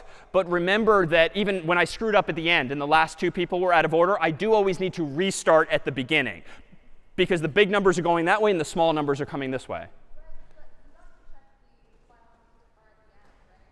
So that is true. There are some slight optimizations that I'm kind of glossing over here. Let me stipulate that it would still end up being on the order of n squared. But that would definitely shave off some actual running time here. But what if the list is already sorted? Our pseudocode at the moment has no allowance for if list is already sorted, quit early. So we're going to blindly do n-1 things n-1 times unless we modify our pseudocode. As I did verbally earlier, I propose this. Inside of that outer loop, if you make a pass across all of the volunteers and your mental counter has made no swaps, you have to keep track with some kind of variable, well, then you might as well stop. Because if you do a whole pass and make no swaps, why would you waste time doing it again expecting different behavior?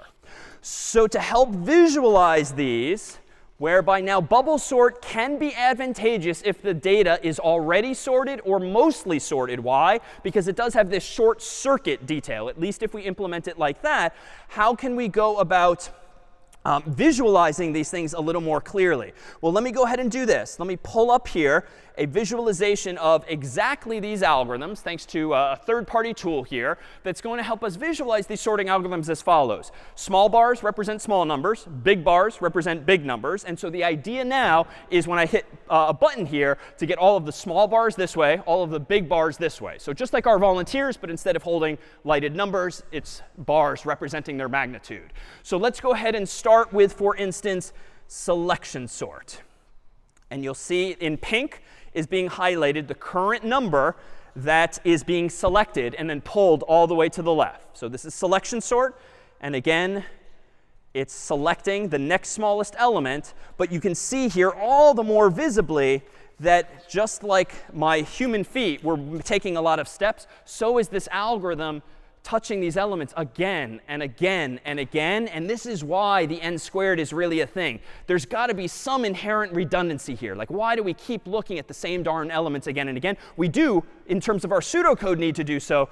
But it's this redundant comparisons that kind of explains why n squared is indeed the case. So now it's done. Small bars here, big bars there. And I had to just keep talking there to kill time because it's relatively slow. Well, let me re-randomize the array, just so we start with a different order. And now let me click on bubble sort. And you'll see similar idea, but different algorithm. So now the two bars in pink are the two that are being compared and fixed potentially if they're out of order. And you can see already that the biggest bars are bubbling their way up to the top. But now you can also see like this redundancy, like we keep swooping through the list again and again, just like I kept walking back and forth. And this is n squared. This is not that many bars. What, 10, 20? There's like 40 or something bars, I'm guessing. That's pretty slow already just to sort 40 numbers. And I think it's going to get tedious if I keep talking over this. So let's just assume that this, too, is relatively slow. Had I gotten lucky and the list were almost sorted already, bubble sort would have been pretty fast. But this was a truly random array, so we did not get lucky. So indeed, the worst case might be what's kicking in here. So I feel like it'll be anticlimactic, like holding in a sneeze, if I don't let you see the end of this. So here we go. Nothing interesting is about to happen. Almost done. OK, done. All right, so thank you. Thank you.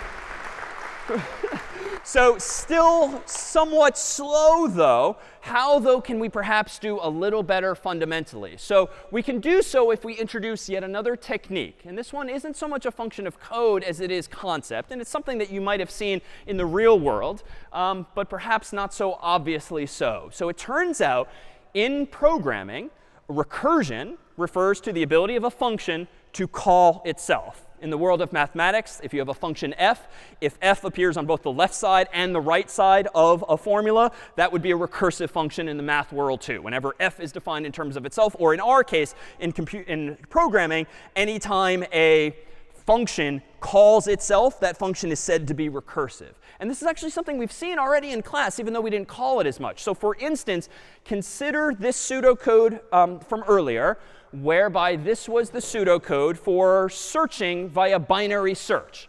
A whole bunch of doors. If no doors are left, return false. That was the additional conditional we added. But then if number behind middle door, return true. And here's the interesting part. If number is less than middle door, search the left half. Else, if number is greater than middle door, search the right half. This pseudocode earlier was itself recursive. Why? Because here is an algorithm for searching. But what's the algorithm telling us? Well, on this line and this line, it's telling us to search something else. So even though it's not explicitly defined in code as having a name, if this is a search algorithm, and yet the search algorithm is using a search algorithm, this pseudocode is recursive. Now, that could quickly get you into trouble if a function just calls itself again and again and again. But why intuitively is it not problematic that this code, this pseudocode, calls itself? Why will the algorithm still stop? Yeah. Exactly. It has some exit condition, like if no doors less. And more importantly, anytime you search the left half, you're searching a smaller version of the problem. Anytime you search the right half, you're searching a smaller version of the problem, literally half the size. So this is why in the phone book, obviously, I couldn't tear the phone book in half infinitely many times, because it was literally getting smaller each time. So recursion is this ability to call yourself, if you will. But what's important is that you do it on a smaller problem, so that eventually you have no more problems to solve, or no more data, no more doors at all. So these two lines here would be the recursive elements here. But if we go back to week 0, we could have used recursion in some other way. So this was our pseudocode for the phone book back in week 0. And recall that we described these yellow lines as really representing a loop, some kind of cycle again and again. But there was a missed opportunity here. What if I had re-implemented this code to do this instead? Instead of saying open to middle of left half of book and then go back to line 3, like literally inducing a loop, or open to middle of right half of book and go back to line 3, inducing another loop, why don't I just recognize that what I'm staring at now is an algorithm for searching a phone book? And if you want to search a smaller phone book, like A through M or N through Z, we'll just use this same algorithm. So I can replace these yellow lines with just this, casually speaking. Search left half of book, search right half of book. This would be implicitly, and now I can shorten the whole thing, a recursive implementation of the phone book pseudocode from week 0. And it's recursive because if this is a search algorithm and you're saying go search something else, that's fine. That's recursive. But because you're searching half of the phone book, it's indeed going to get smaller and smaller.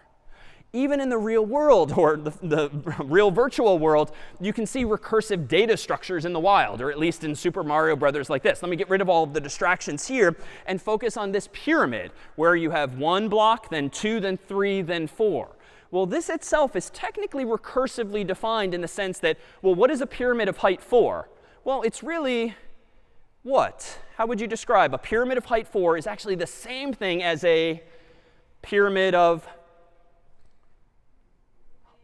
height 3 plus 1 additional layer. Well, what's a pyramid of height 3? Well, it's technically a pyramid of height 2 plus 1 additional layer. And so even physical structures can be recursive if you can define them in terms of itself. Now, at some point, you have to say that if the pyramid is of height 1, there's just 1 block. You can't forever say it's defined in terms of a height -1, -2. You would never stop. So you have to kind of have a special case there. But let's go ahead and translate something like this, in fact, to code. Let me go back to VS Code here, and let me implement a program called iteration that refers to a loop iterating. And let me implement a very simple pyramid like that. So let me go ahead and include the CS50 library. I'll include our standard io.h, int main void, no command line arguments today. And let's go ahead and do this. Let's declare a variable called height, ask the human for the height of this pyramid.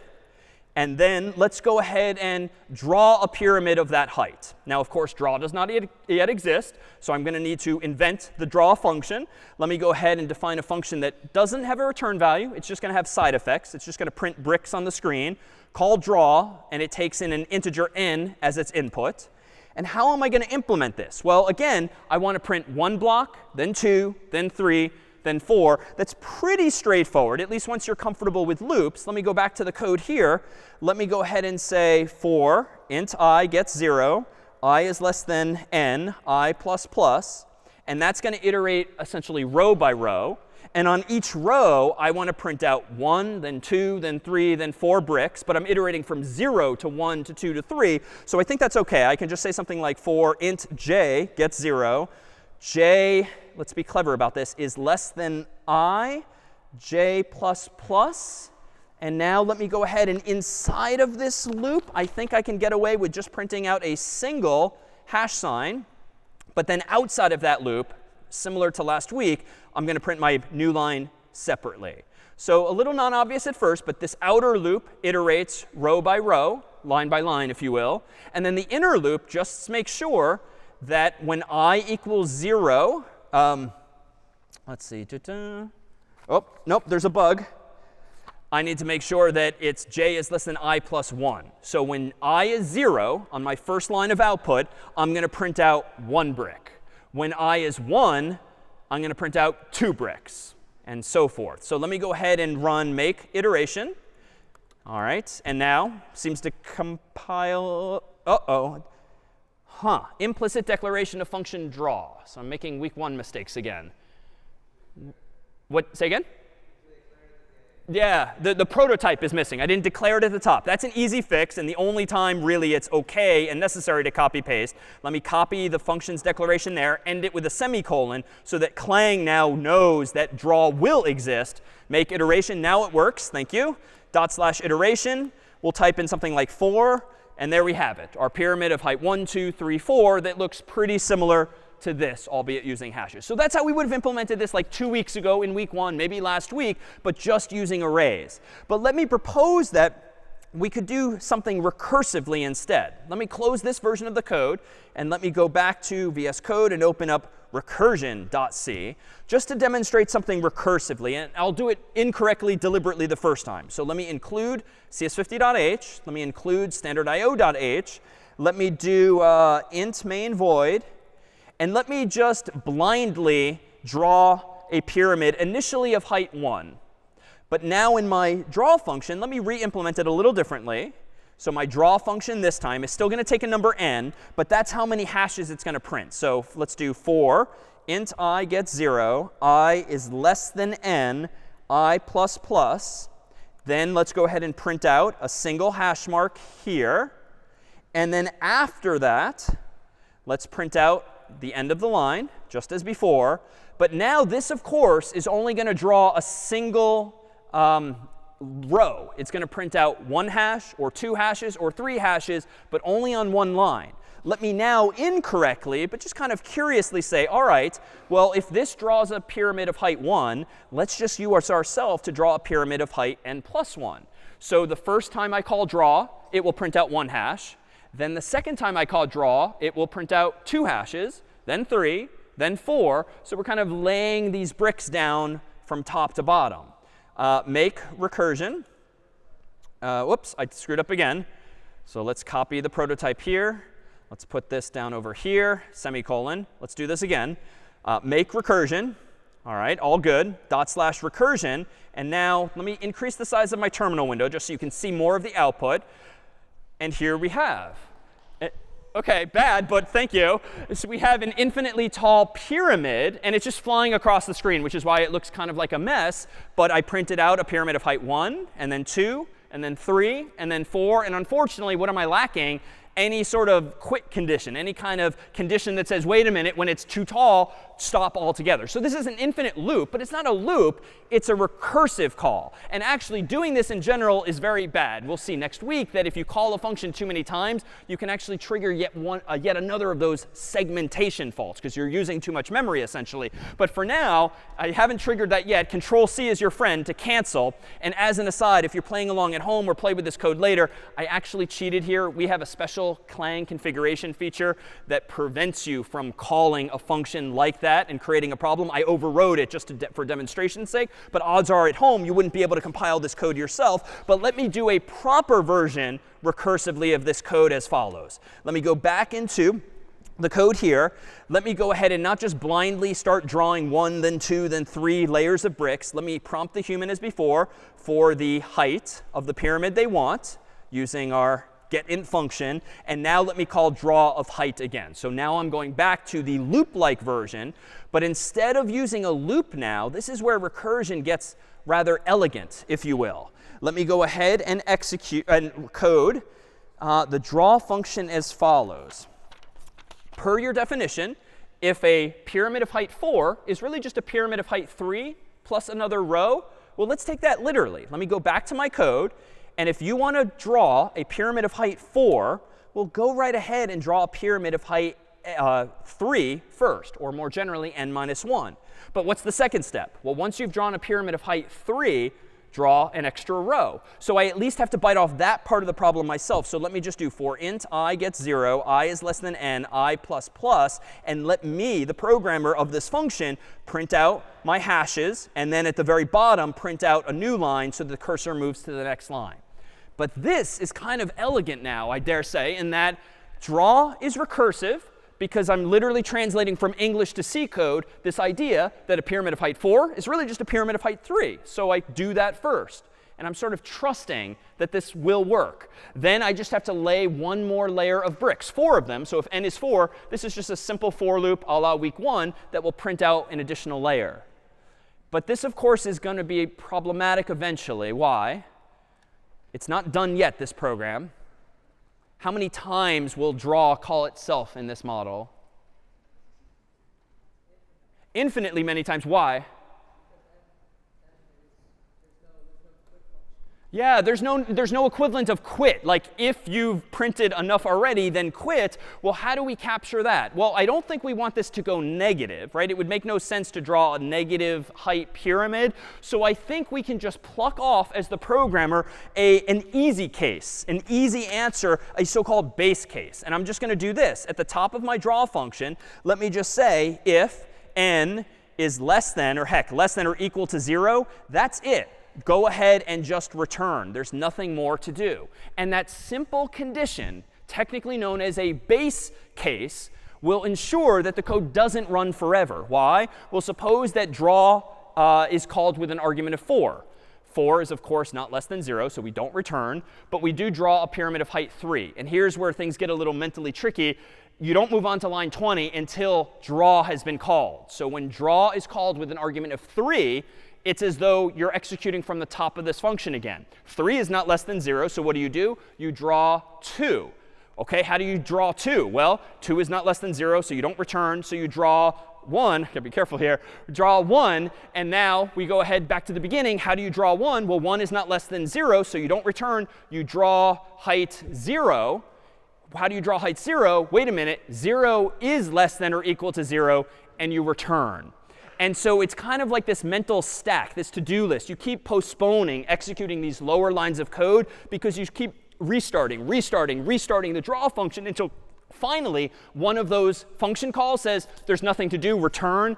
And now the whole thing starts to unravel, if you will, and you pick back up where you left off. And this is perhaps the best scenario. We won't do it in class, but if you'd like to wrestle through this on your own, using debug 50 to keep stepping into each of those lines logically, you'll see exactly what's actually happening. So let me go to my terminal and do make recursion, which is now this correct version of the code, /recursion. Let's type in a height of 4, and voila, now we have that same pyramid, not using iteration per se, though admittedly we're using iteration to print the additional layer. We're now using draw recursively to print all of the smaller pyramids that need come before it. No, question is, can you only use recursion with a void function? No, not at all. In fact, it's very common to have a return value, like an integer or something else, so that you can actually do something constructively with that actual value. Other questions on this? Say a little louder. When is line 21 getting executed? So if you continue to unwrap, let me scroll down a bit more so you can see the top of the code. So line 21 will be executed once line 19 is done executing itself. Now, in the story I told, we kept calling draw again again. But as soon as one of those function calls, where n equals 0, returns immediately, then we don't keep drawing again and again. So now if you kind of think of the process as reversing, then you continue to line 21. Then line 21 again. Then line 21 again. And as the sort of logic unravels. And next week, we'll actually paint a picture of what's actually happening in the computer's memory.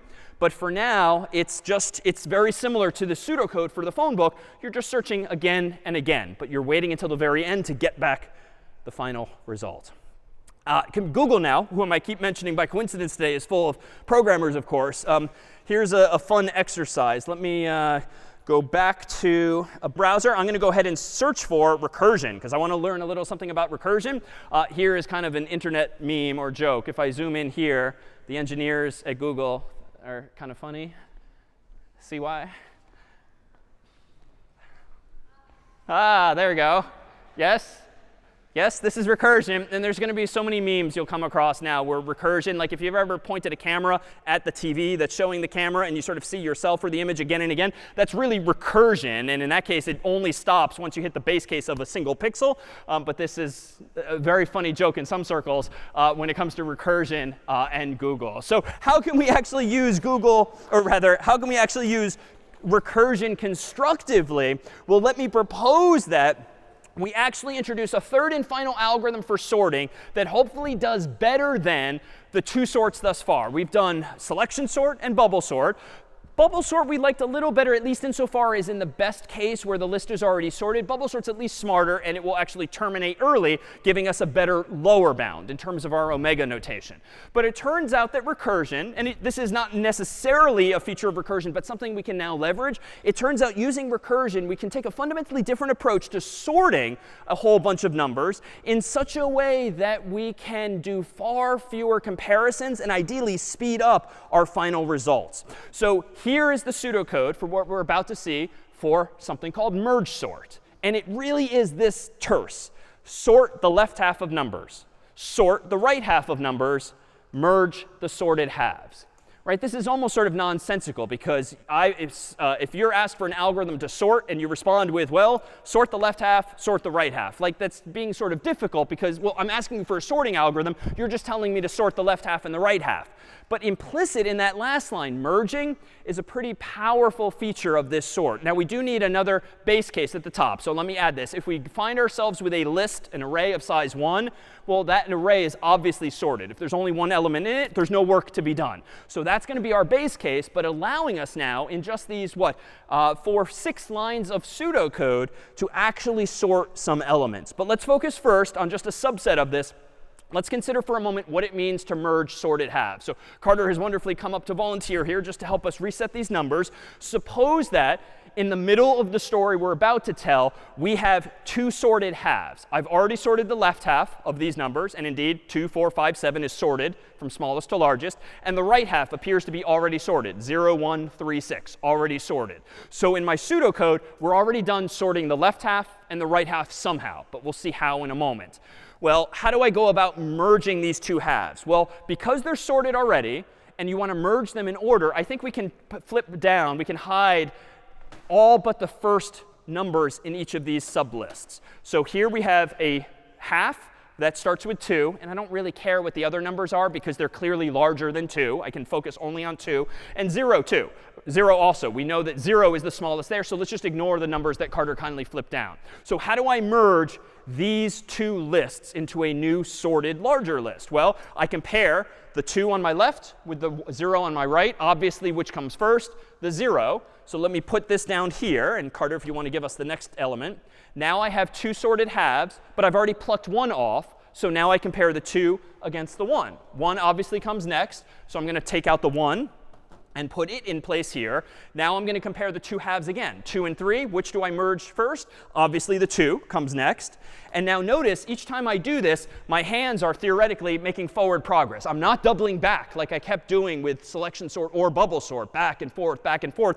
My fingers are constantly advancing forward, and that's going to be a key detail. So I compare 4 and 3. 3, obviously. I compare 4 and 6. 4, obviously.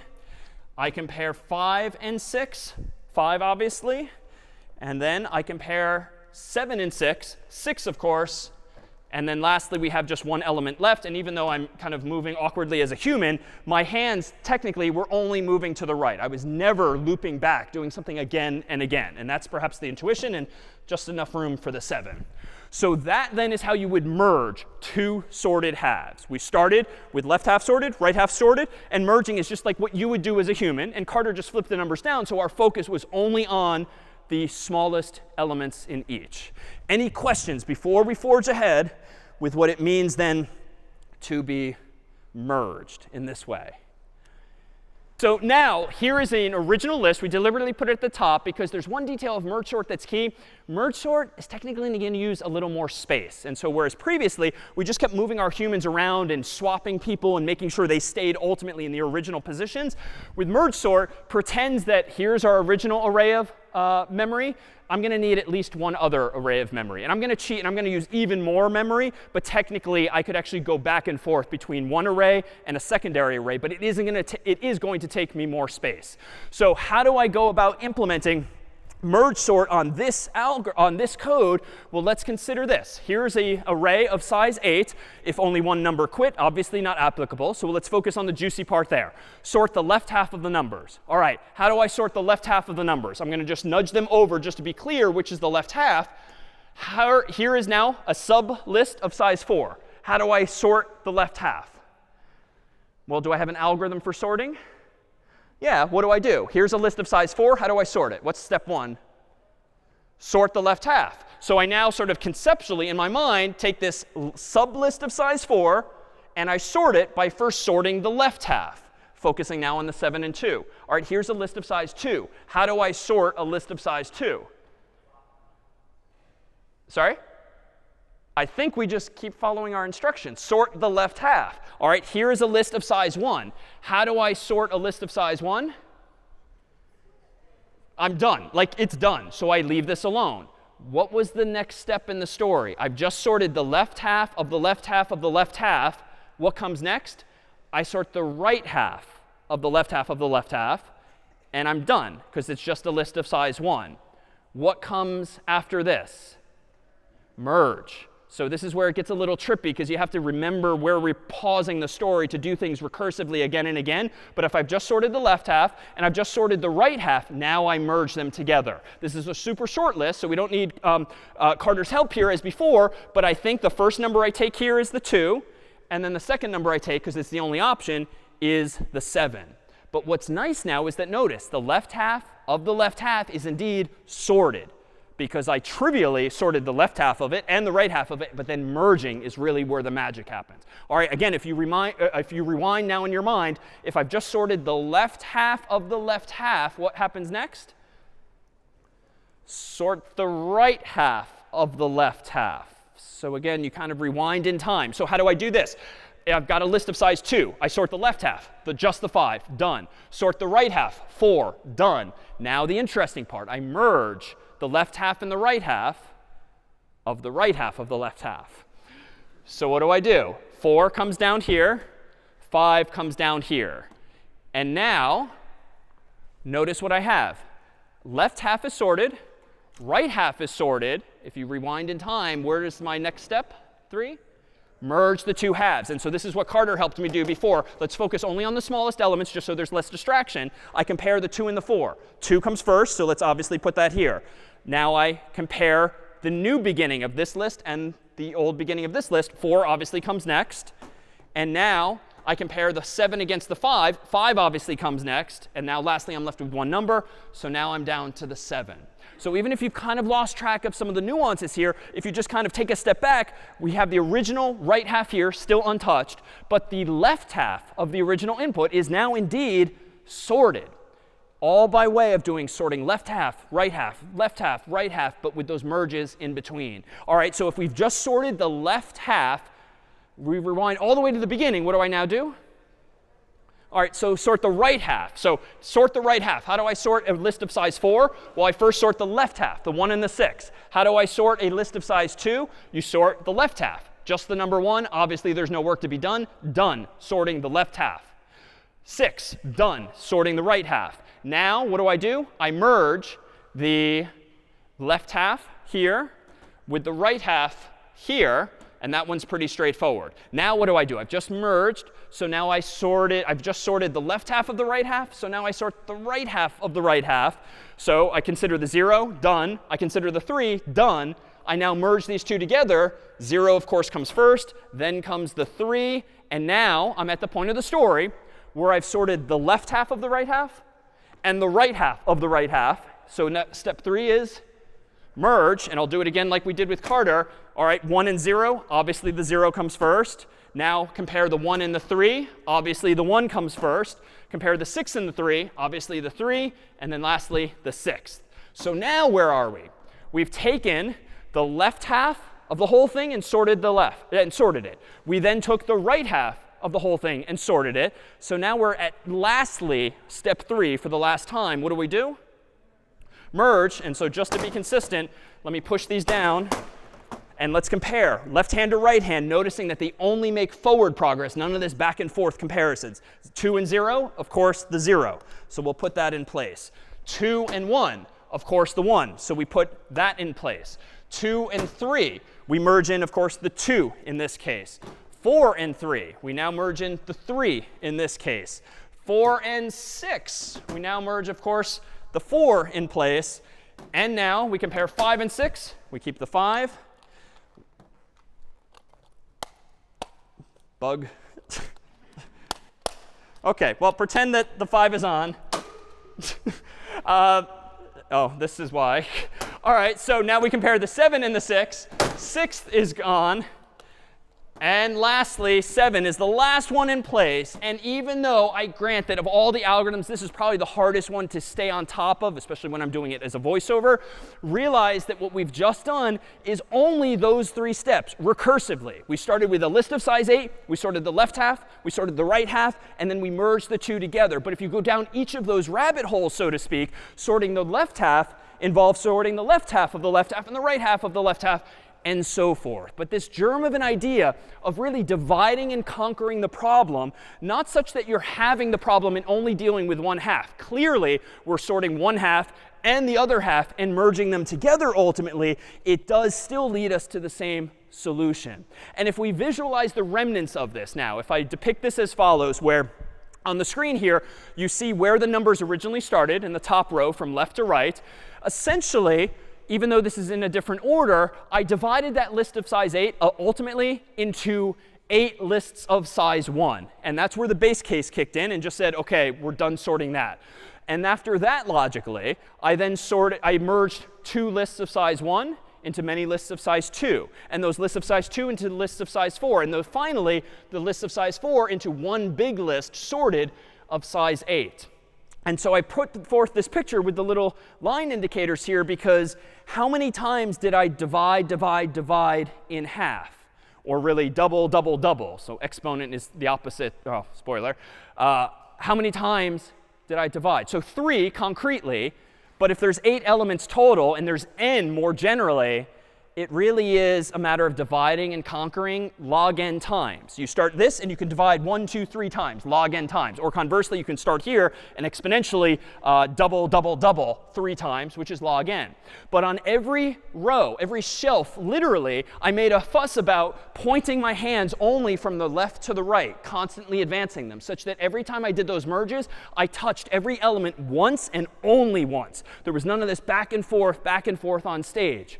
So if I'm doing something log n times, or if I'm doing rather n things log n times, what would be our big O formula perhaps? N things log n times? Yeah, so n log n. The order of n log n is indeed how we would describe the running time of merge sort. And so of all of the sorts thus far, we've seen that merge sort here actually is n log n, which is strictly better than n squared, which is where both selection sort and bubble sort landed. But it's also slower than linear search, for instance. But you would rather expect that. If you have to do a lot of work up front sorting some elements versus just searching them, you're going to have to put in more effort. And so the question of whether or not you should just search something blindly with linear search and not bother sorting it really boils down to can you afford to spend this amount of time? And if you're the Googles of the world, odds are you don't want to be searching their database linearly every time. Why? Because you can sort it once and then benefit millions, billions of people subsequently using something like binary search, or frankly, in practice, something even fancier and faster than binary search. But there's always going to be this trade-off. You can achieve binary search only if the elements are sorted. How much does it cost you to sort them? Well, maybe n squared if you use some of the earlier algorithms. But it turns out n log n is pretty fast as well. So at the end of the day, these running times involve trade-offs. And indeed, in merge sort 2, I should note that the lower bound on merge sort is also going to be omega of n log n. As such, we can describe it in terms of our theta notation, saying that merge sort is indeed in theta of n log n. So generally speaking, probably better to use something like merge sort or some other algorithm that's in n log n. In practice, most programmers are not implementing these sorting algorithms themselves. Odds are they're using a library off the shelf that themselves have made the decision as to which of these algorithms to do. But generally speaking, and we're seeing now this for the first time, if you want to improve time, like use less time, write faster code, you've got to pay a price. And that might be your human time. Just takes you more time to code up something more sophisticated, more difficult to implement. Or you need to spend something like space. And as these shelves suggest, that too is one of the key details of merge sort. You can't just have the elements swapping in place. You need at least an auxiliary array so that when you do the merging, you have a place to put them. And this is excessive, this amount of memory. I could have just gone back and forth between top shelf and bottom shelf, but it's a little more interesting to go top down. But you do need more space. Back in the day, decades ago, space was really expensive. And so you know what? It might have been better to not use merge sort, use bubble sort or selection sort even, or some other algorithm altogether.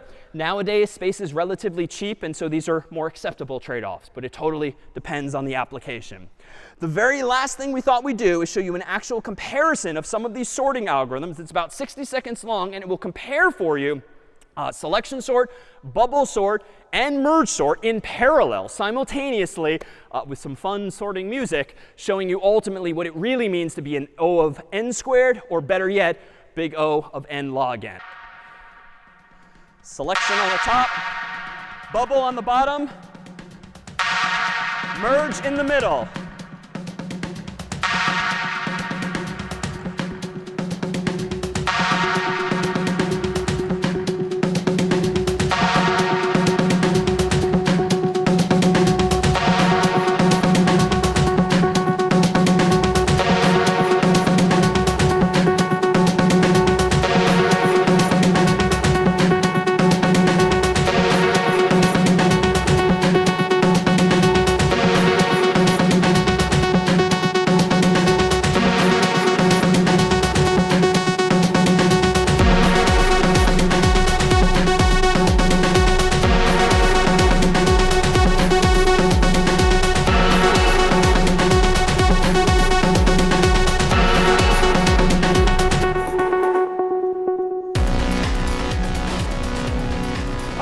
That's it for CS50. We'll see you next time.